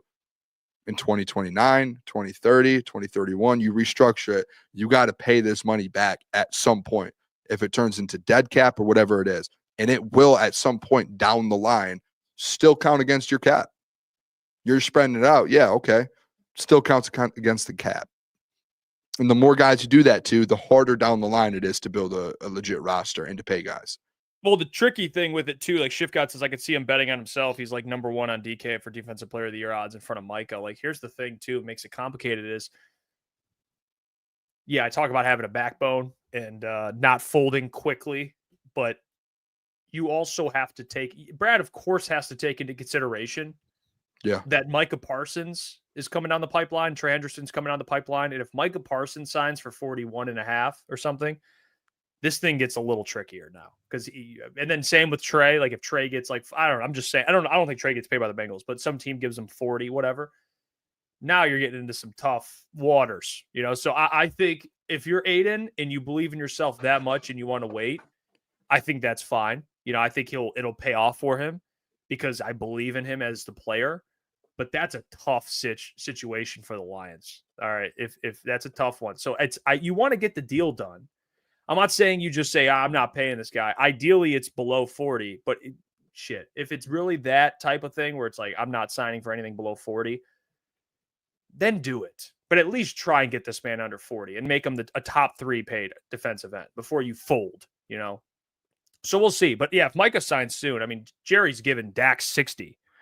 So I don't know what he's going to give Micah. Is it going to be 40, 42? I don't know.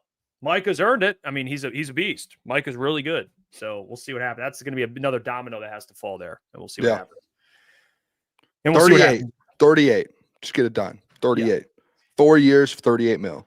If I were to ask you, speaking of training camp, we kind of talked about the Hutch contract. I want to, because prior to Detroit came out with an article, their top 3 to 5, I think they did their top 5 storylines heading into camp. And I thought we'd do it too. We can give our own top 3, top 5 biggest questions heading into camp. So for me, because I wrote 4 things down that I think are the biggest questions to me that I want to see solved heading into training camp, or at least I want to have the answer to by the end of training camp. And the biggest one to me, number 1 to me on this list is Marcus Davenport. That's the question I want to see. That's a lot of defensive line today. Yeah, because Marcus, we posted on our Twitter, true or false, Marcus will get 5 sacks. We posted that on our Twitter. True or false, Marcus Davenport will get 5 sacks. Really? That's the bar we set? So I want to see. One of the bigger questions I want the answer to is how Marcus Davenport looks in training camp, going up against the ones, the joint practices. I want to see reporting from the doc, from Jeremy, from Kory, from all the great reporters in the city, and I want to see this guy Davenport looks quick. This guy looks powerful. Okay, he looks good. And even then, you're still worried about him going down. But to me, one of the bigger ones is Marcus Davenport. And I think it makes it even more relevant because Za'Darius has not signed yet. So for me, when we're out there in training camp watching, I will be watching Marcus Davenport from a distance, with love, with support. Some would say with grace. But I'll be watching Marcus Davenport out there. And hopefully by the end of training camp, we're talking more positively. That's what I hope. So that's the first big one for me. Biggest question, Marcus Davenport. Can I be honest with you? Yeah. I couldn't give a what about Marcus Davenport in training camp. I don't care. No. I want this guy just to stay healthy during the regular season. Like, sit out training camp. I don't care. Bubble wrap. Yes. Go to the treadmills, go over to work, just work, stay in shape. We'll get a little physical activity. Buddy, I don't want that man out on the field at all. Hey, do not let this guy get hurt. He is a regular. I said it months ago, Jeff. I don't care if he doesn't even play in the regular season. Just throw him out there for the playoffs. I don't care. If you can win the division and you can get in the playoffs without him, okay, there we go. We're good to go. You bring Za'Darius back. Let Marcus Davenport take the season off. Show up for the playoffs. We're good. Now we got a healthy Marcus Davenport. See how easy that is? That was pretty. Coach Boone. Huh?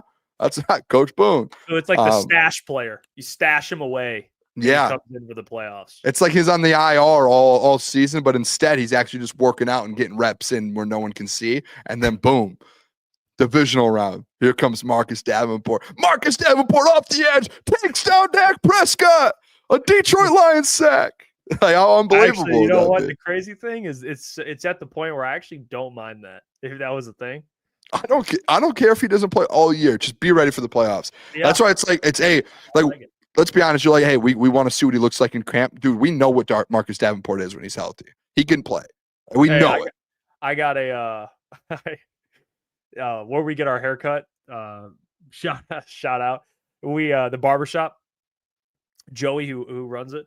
Yeah. He has a bet with Spencer, who cuts our hair, that if Marcus Davenport plays in 8 games and a playoff game, I think Spencer has to do something, whatever it is. I forgot what it was. But if he does not, Joey has to get frosted tips. No way. So if there's anyone out there that's betting on Marcus Davenport to stay healthy, don't make just don't make a bet. Don't do it.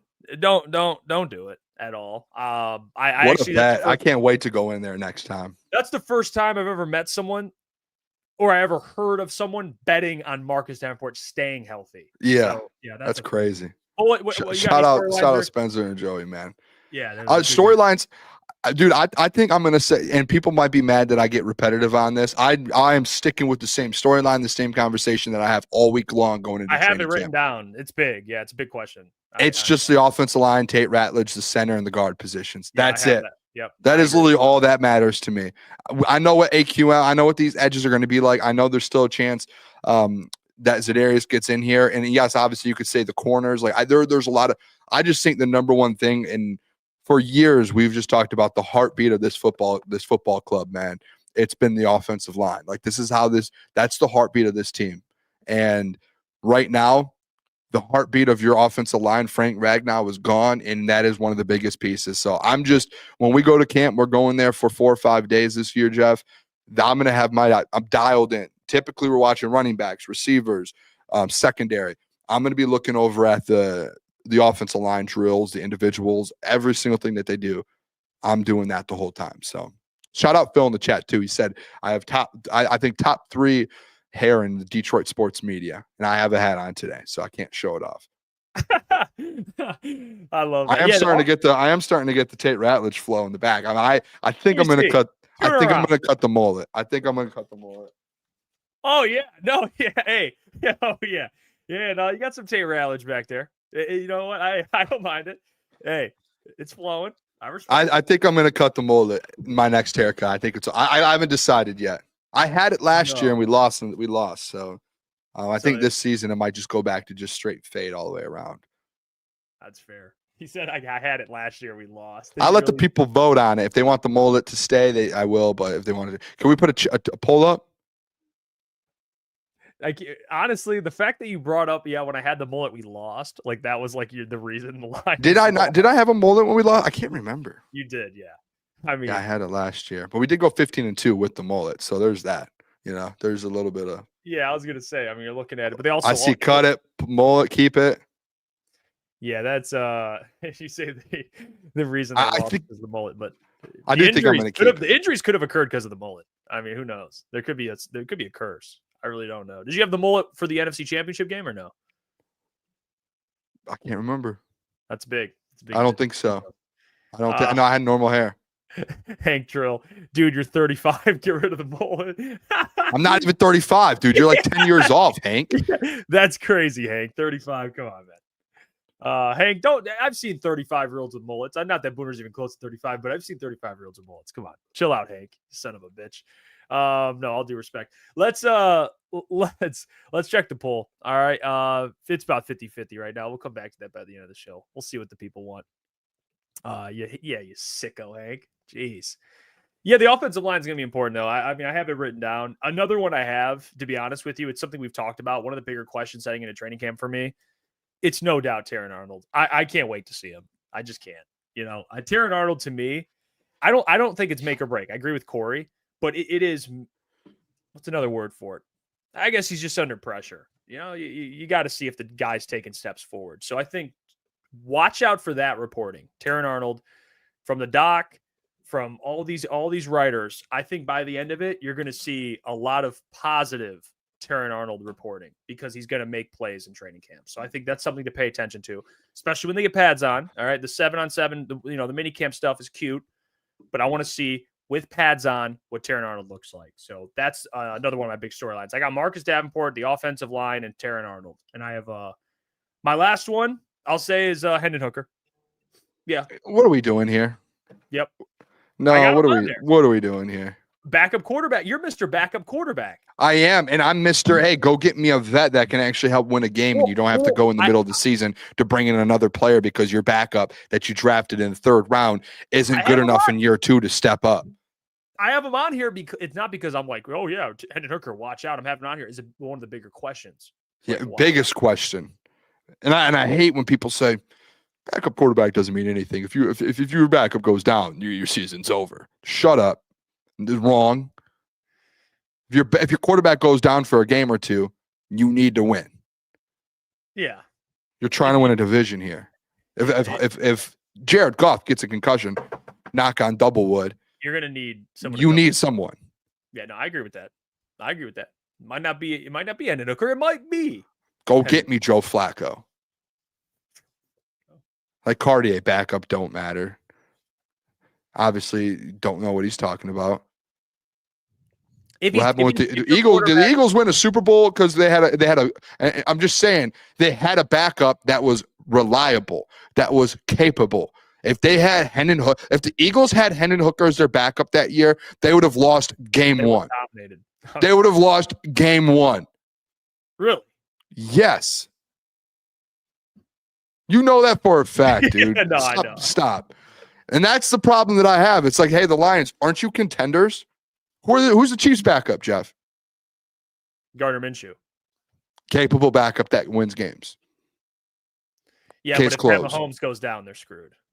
But if he goes down for 2 games, Gardner Minshew can win 2 games. You are right about that. Even if Patrick Mahomes goes down in the Super Bowl, you still have a chance with Gardner Minshew.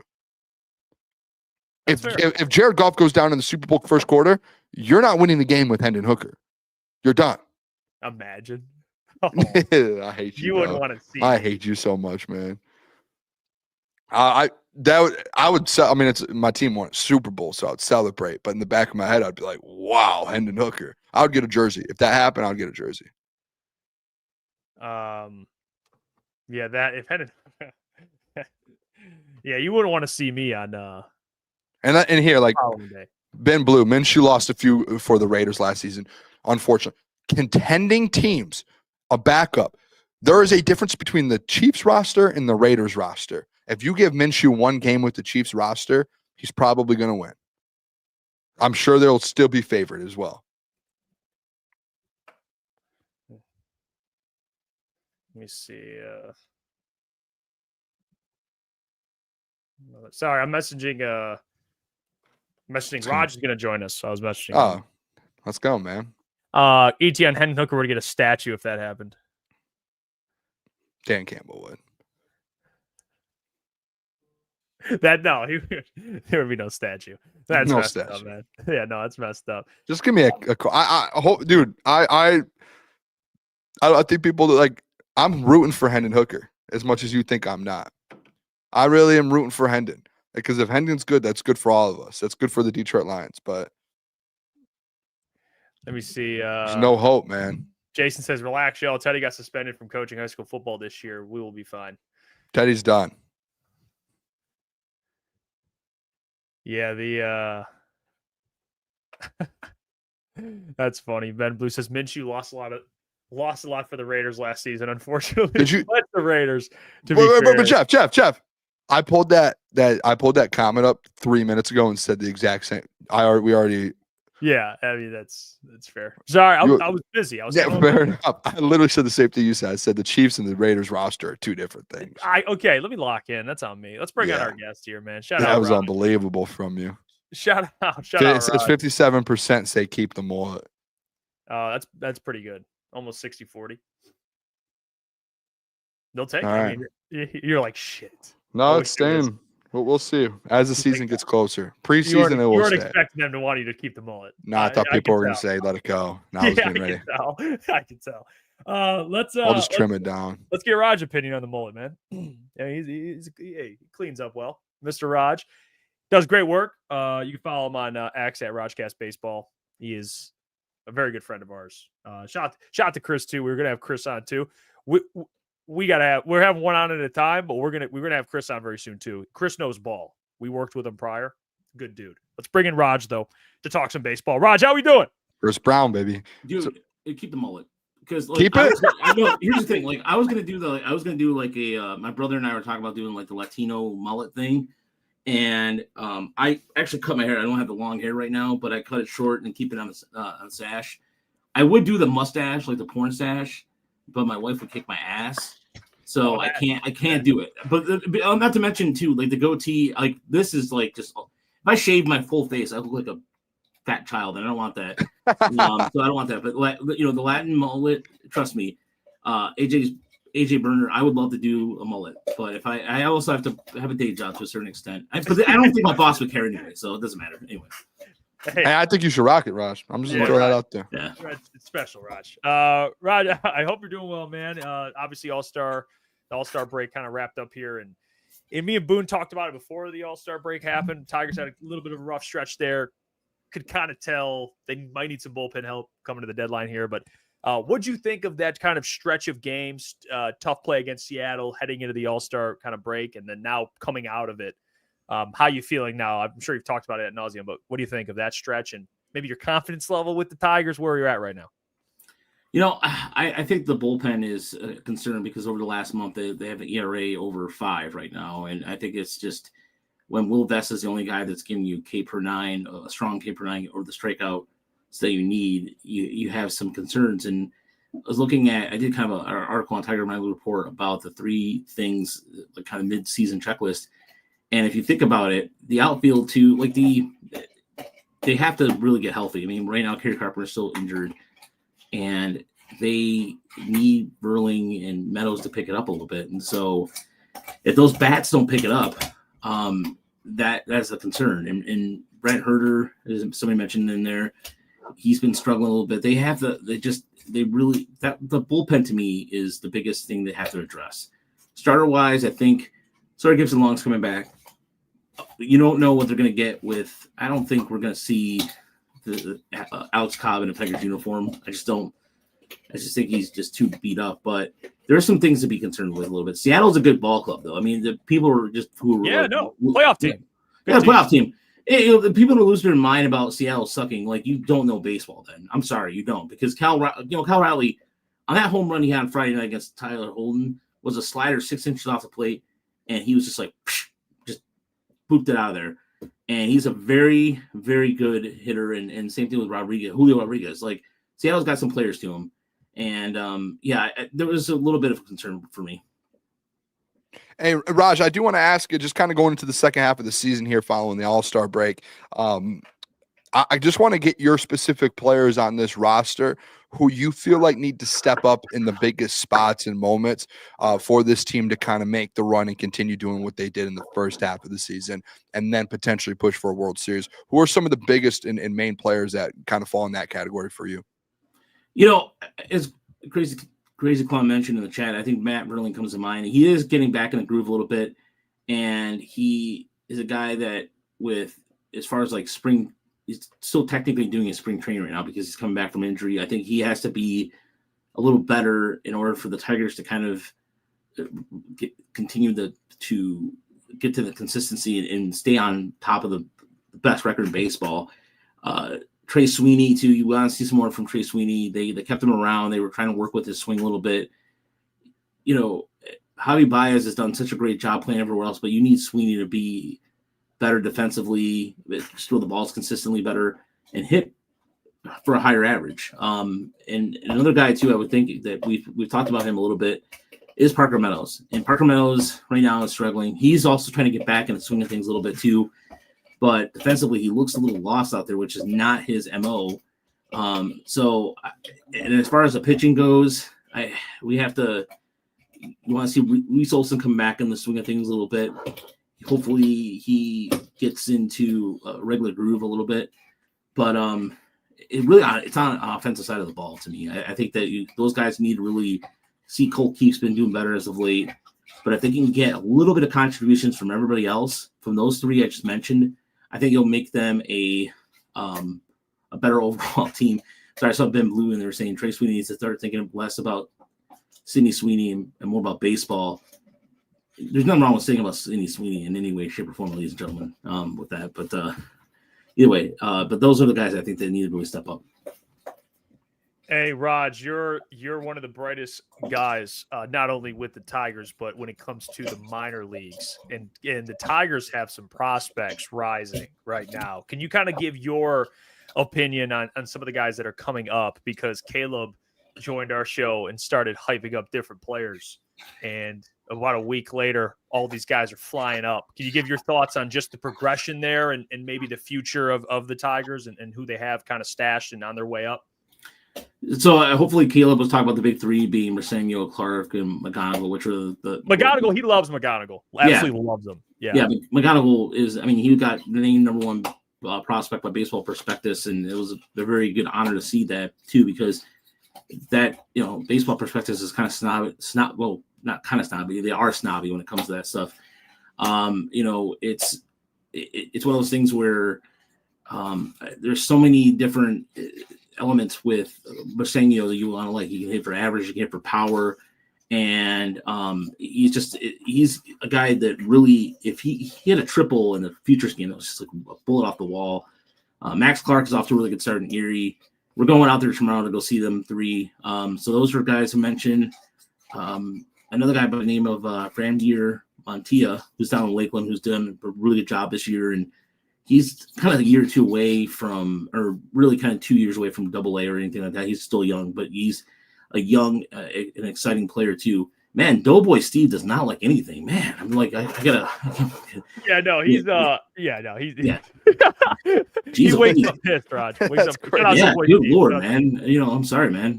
Sorry you don't like anything, man. Fuck everything. Doughboy Steve hates literally everything. Yeah, he's just. Yeah, trust me, man. They're not charging the '60s prices for baseball, my friend. They're not. No fucking way they are. Good Lord. No, and here's another guy who's been hitting the ball really well. John Peck down in West Michigan's a prospect to look out for, and that's a name that you should be paying attention to. But they have everybody else right now is like the Tyrone Lozano is doing a really good job too down in Erie. But they have some guys that are.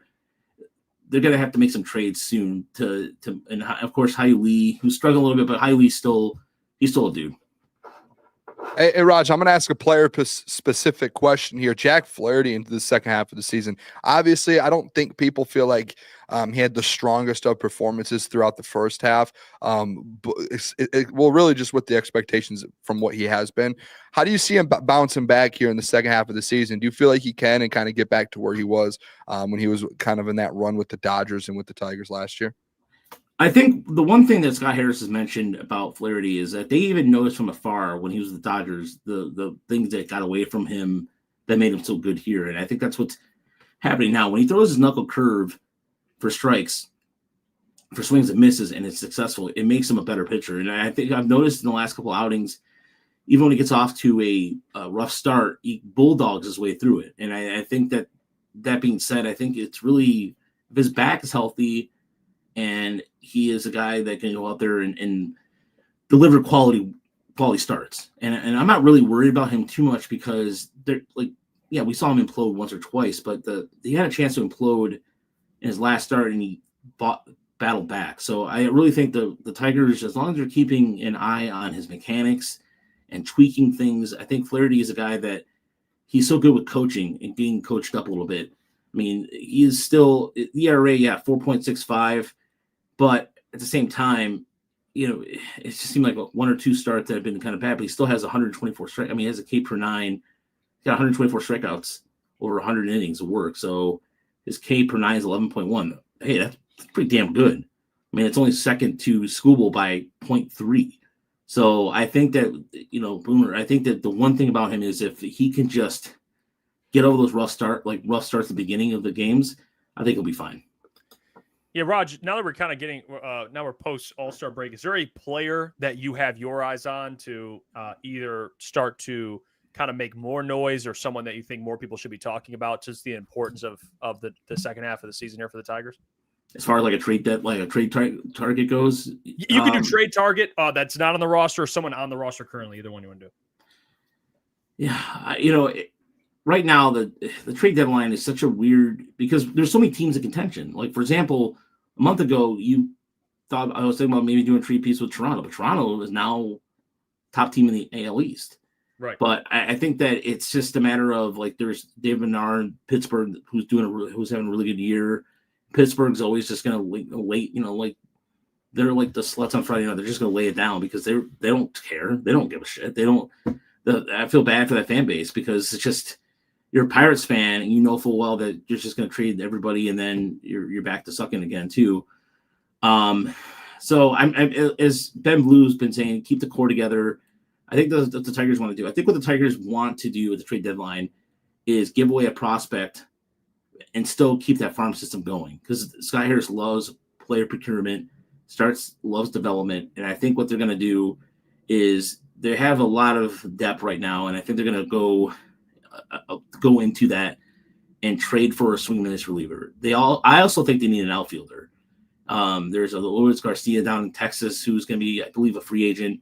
His number's not sexy, but he's a guy who can hit for power. Just to come to mind, I really think the Tigers, Ronald Acuna would be awesome. That's just a pipe dream, but it would be, ideally speaking, I think the Tigers, what they're going to do is going to get better at the margins. And what I mean by that is essentially they're going to trade for a player that's going to help them. It might not be a big sexy name that everybody's going to be, getting all excited about, but I think what's going to happen is it's going to trade for guys that Hinch has identified or the front office has identified that can help them in the bullpen or in the outfield, because Kerry Carpenter is still injured. And I hate to say this, and I'm not trying to be like over dramatic, but think about it this way. If an injury happens to Riley Green, you're looking at right now, and I'm just being hypothetical here, you have Justin Hermole down in Toledo, and you would like to see him come up, but the outfield in the minor leagues right now, Max Clark ain't ready yet. Right. And, and Xavier, a right-handed bat for sure. But I worry about the outfield depth because it's just Kerry Carpenter, the hamstring, you know how the hamstrings are, they linger. So I just think that they should address the outfield and just get another right-handed power bat or something like along those lines that just gives them a good veteran presence. So I think a veteran presence that could help them get over the hump, because Toronto, New York, out west, you got Houston, Seattle. We saw what Seattle just did to them. They have and Cleveland. I mean, Cleveland has the easiest schedule outside of the Tigers in the second half. Just because the Tigers, swept Cleveland doesn't mean shit. Cleveland's still good, and Cleveland could jump back into the race. I'm not saying against the Tigers, but per se, but they're still going to be a team to be contended with for the wild card. And same thing with Baltimore. Raj, last question I kind of have here is just now that we're done with the All-Star break, done with the first half of the season, can I get just kind of your projections for the second half when it comes to the playoff run, like your confidence level of this team as a whole? Now we've talked about everything kind of within the roster as a whole, what this team can do in the second half and into the playoffs. I think what they can do is we're going to continue to see Cole Keith grow as a hitter. I think Cole Keith's really been hitting his stride, and I think he's going to be a key part of the second half. I think Gleyber Torres has been one of the best free agent signings Tigers have ever had, ever. I mean, the guy takes professional at-bats. He's always on base streak. He's been defensively better than what Yankee fans were bitching about all the time. Oh, he sucks defensively. No, I think he's been fine. I mean, there's a couple, bad plays here and there.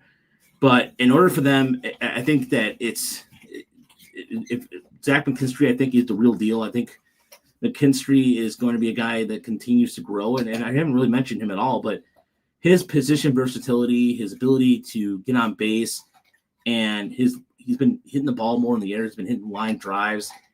Zach McKinstry, you're going to need another person like Zach McKinstry who can play multiple positions to step it up a little bit. Winfield Perez would be another example of a guy who I think if they can just they have the second easiest schedule behind Cleveland, and I believe in all of baseball. If they can just simply stay healthy, play the way they've been playing, and just do the little things right, just like playing the fundamental baseball they have been, because they play really good outfield defense. They're one of the best teams in the American League for outfield defense. Then I think just get to the postseason, and then from there, if they can if the trade addresses the bullpen issues, then I think the Tigers are in business. It's just a matter of really just one. And AJ Hinch says this all the time: one game at a time. It's not cliche. He believes it. He really believes it. And I think that's what the Tigers' philosophy is, because you go in that clubhouse, everybody's loose, everybody's having a good time. They know what they got to do. They're professionals out there, and it's just really. If they can continue to grow, if Torres can do what he's got to do, Keith has been playing a solid third base. Just stay healthy.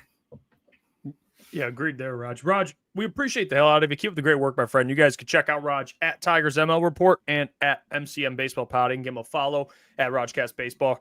Raj, my friend, you take care, my man. We'll talk to you soon. Like I said, man, the mullet, dude, just let me know. No perm. Just don't do the perm. No perm. There are people in the chat that say perm. Perm, you know what? Look, I would love to do the perm one time, but I just, I did it before. I've done the curly thing, but no, you guys have the best hair in the business, guys. Thanks for having me on, man. Let's go, Raj. Appreciate it. There you go. Raj Castillo. What a legend, man. Tigers baseball, man. Shout out to him. He's the man. We need to, and I know I said Chris about going to the Tigers game. We need to get with Raj and Chris Brown about going to Erie to go see all of these young studs and do like a video and go like that would be. I think that would be unbelievable. Actually, that would be a good time.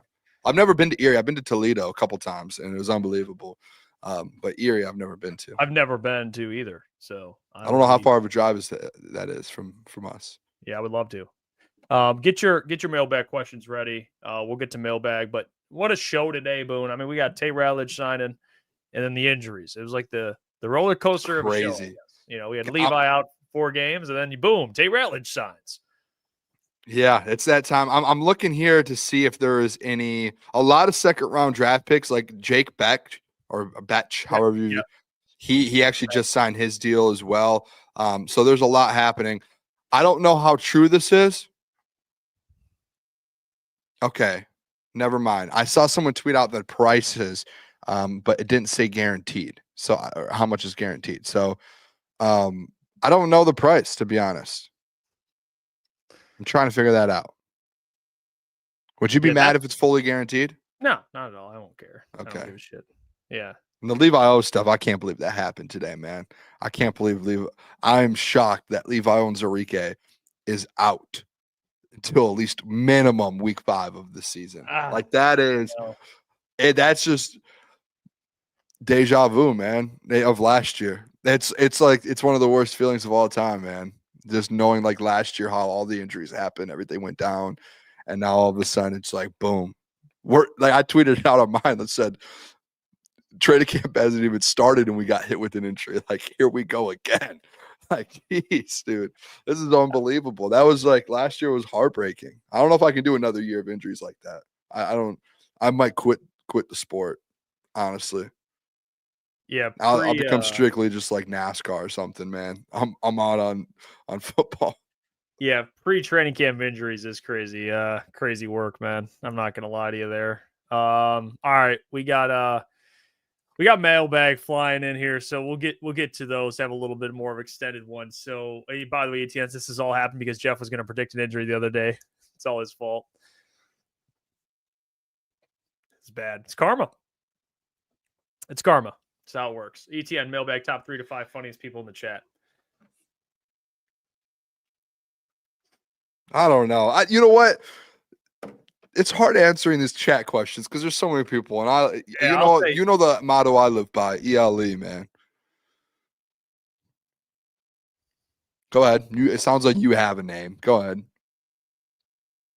Oh. In the chat. Why am I drawing a blank? Our guy. He's never here anymore, but he just pops in randomly. I will say, shout out Cartier, man. He's funny. ETN, you're funny. You guys make me. I mean, I got a lot of people in the chat make me laugh. No, King Horse is number 1.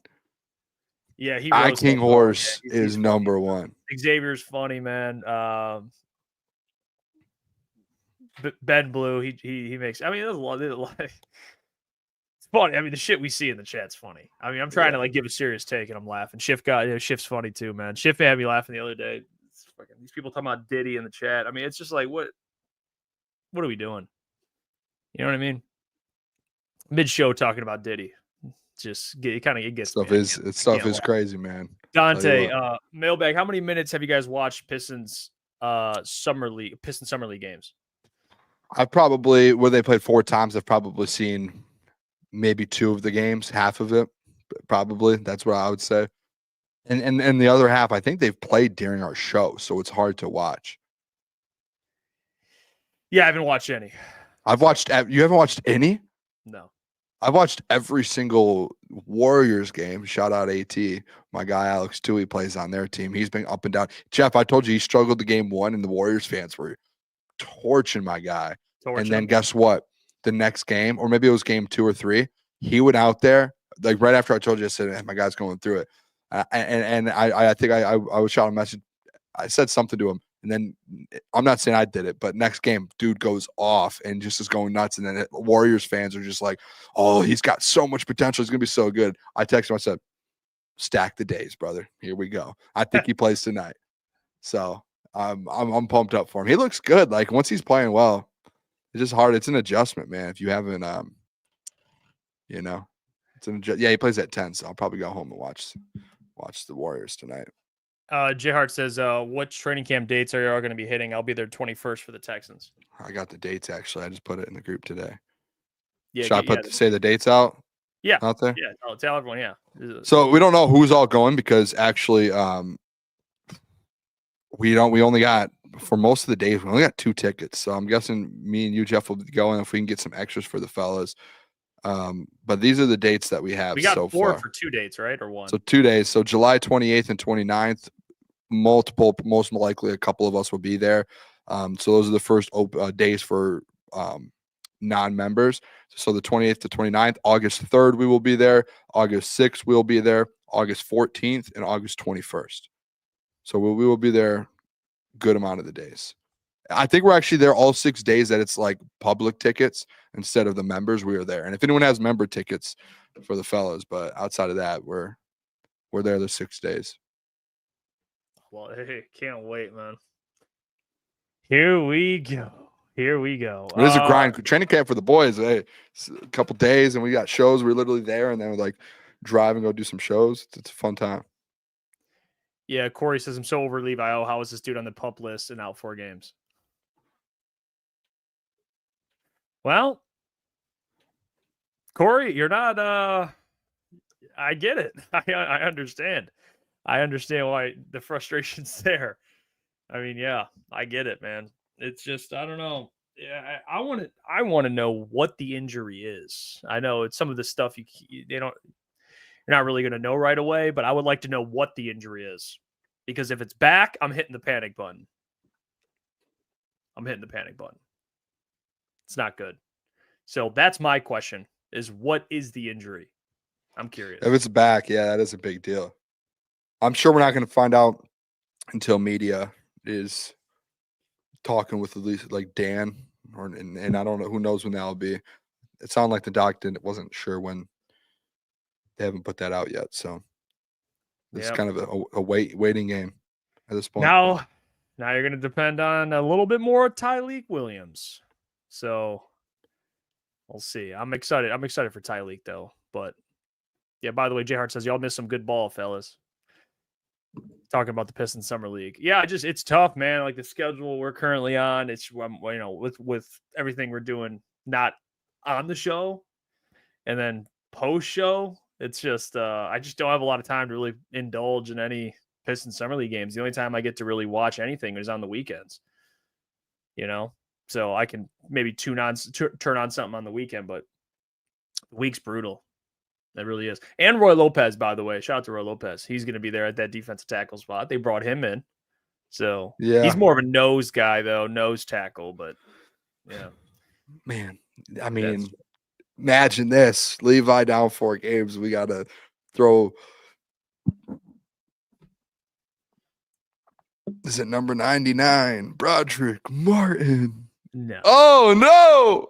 That would. Oh, my gosh. What if this is Broderick's like chance? No. What if Broderick Martin comes in the training camp is just a different level and they're like, did we just find our guy? My God. Competing with Tyleek Williams? No. I don't know. It really does come down to Tyleek's now going to have to start right away. That's it. Welcome to the league. If you're thinking about playing Broderick, you might as well sign Sue out of retirement at 40 years old. I'd rather. We got the Sue. We talk about Sue tomorrow. He put that video out today. He's talking spicy. Yeah, that was interesting. I'm interested to see how you feel about the Sue stuff, because that's interesting stuff right there. I'll tell you what. Yeah, he was yapping. No, we'll get to that tomorrow as well, because yeah, he did fire a little bit of shade at the Lions after he retired. Mike says, just let Davenport have a complete season, please. I'm with you, Mike. I really hope so. I think Lions fans agree with you. Got a boy Juan, Michigan over under 8 games. I say under, go green. What was that? What did you talk? Oh, I thought you said go green, Jeff. I was like, no, I was like, yeah, no, I was on Twitter. I was trying to see if there was any news that popped up, and you said, I was like, well, bro, Jeff, what? I thought you said go on. Go over. What are we talking about here? Go over. Go green. Hashtag go green. Got a boy Juan. What do you? I mean, you guys are battling to make a bowl game this year. What are we talking about here? And it's not like the old college football, like, hey, let's build our program up. You can build it up in an off season. and you guys can't even compete to get into a bowl game. I mean, geez. Have fun at the Tax Slayer Bowl. Get him. Boy wants Jeff a State fan now. Yeah. Jeff is a Michigan fan. I recruited him last year, and I think it went well. I mean, I should be honest. I'm the only. Well, I'm not the only sibling, but both my other brothers went to Central, so I'm not a fan of. I'm not saying fire up chips or anything like that. But how about this? Go Cards, huh? Support your brother. Yeah, I get one. Go Cards. Yes. Go Cards. All right, let's go, man. Yeah. Mm-hmm. Yeah, I went to. Yeah, I went to good old Specs Howard. So they don't. What are they? They're the Lawrence Tech like Blue Devils or something. Yeah, now they're a part of Lawrence Tech, but there's not anything there. We should, and I will say this. I don't know if you had a good time when we went to Ann Arbor last year for the beer sponsor that we had. I hope this year we get to do something else for it. But I hope you had a good time there. I'm gonna find 2 weekends, I think, for Michigan games for me to take you on a visit. Probably Michigan State. Is that? Let me see real quick. I want to see where they play at home. Oh, exactly. because we could actually have a pretty good time because if we could go to. Hold on a sec. Hold on. Where's it at? Where's the Big Ten at on my thing here? By the way, Xavier, you're talking to I love blackjack. Oh, it's That's away. my favorite thing to play. All right, Jeff, I want you to cancel out these 2 days, okay? Saturday, October 4th. No.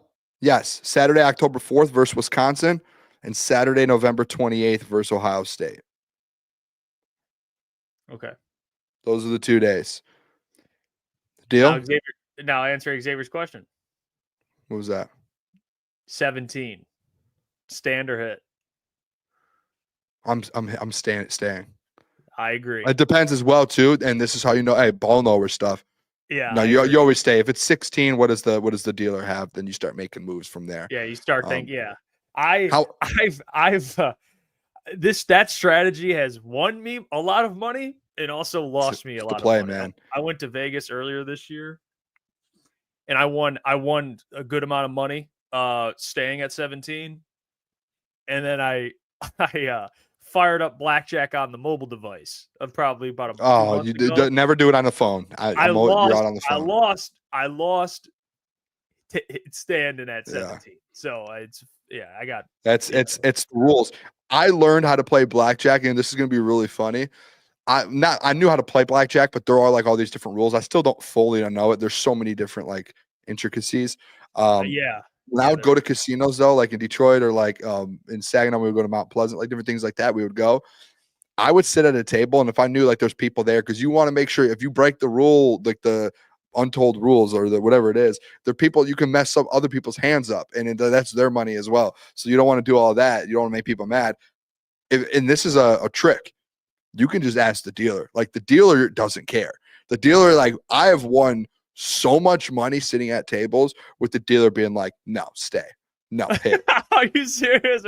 So they do. They don't care. They want you to win. Like they're not the casino. They're like just sitting there helping you. And they've like just sat there and like, no, you want to stay on this. And they'll like kind of explain a little bit why. And I'm like, cool, thanks. And like, dude, like I went to a Greektown a couple years ago and I won a good amount of money. And I was there like late with some of the boys and we were sitting there and I came out like times 10 what I went in with, and it was just the dealer. Like I was just sitting there with the dealer, and the dealer, there was no one else at the table. Dealer's like, no, stay, no, hit, do this. I was like, okay, and they just won me a bunch of money, and then I got to a certain point, tipped them, and walked away. I don't know if all dealers are like that, but every dealer that I've gone to, they're just do this, do that, and yeah, AG's Burner said it the best. Dealers get more tips when people are winning, so they want people to win, so they help. They are not against you, really. You're against the dealer. You're against the casino. They aren't the casino. They want tips. That's fair. That is fair. Good show today, Boone. Appreciate you. Yeah, I had a blast, man.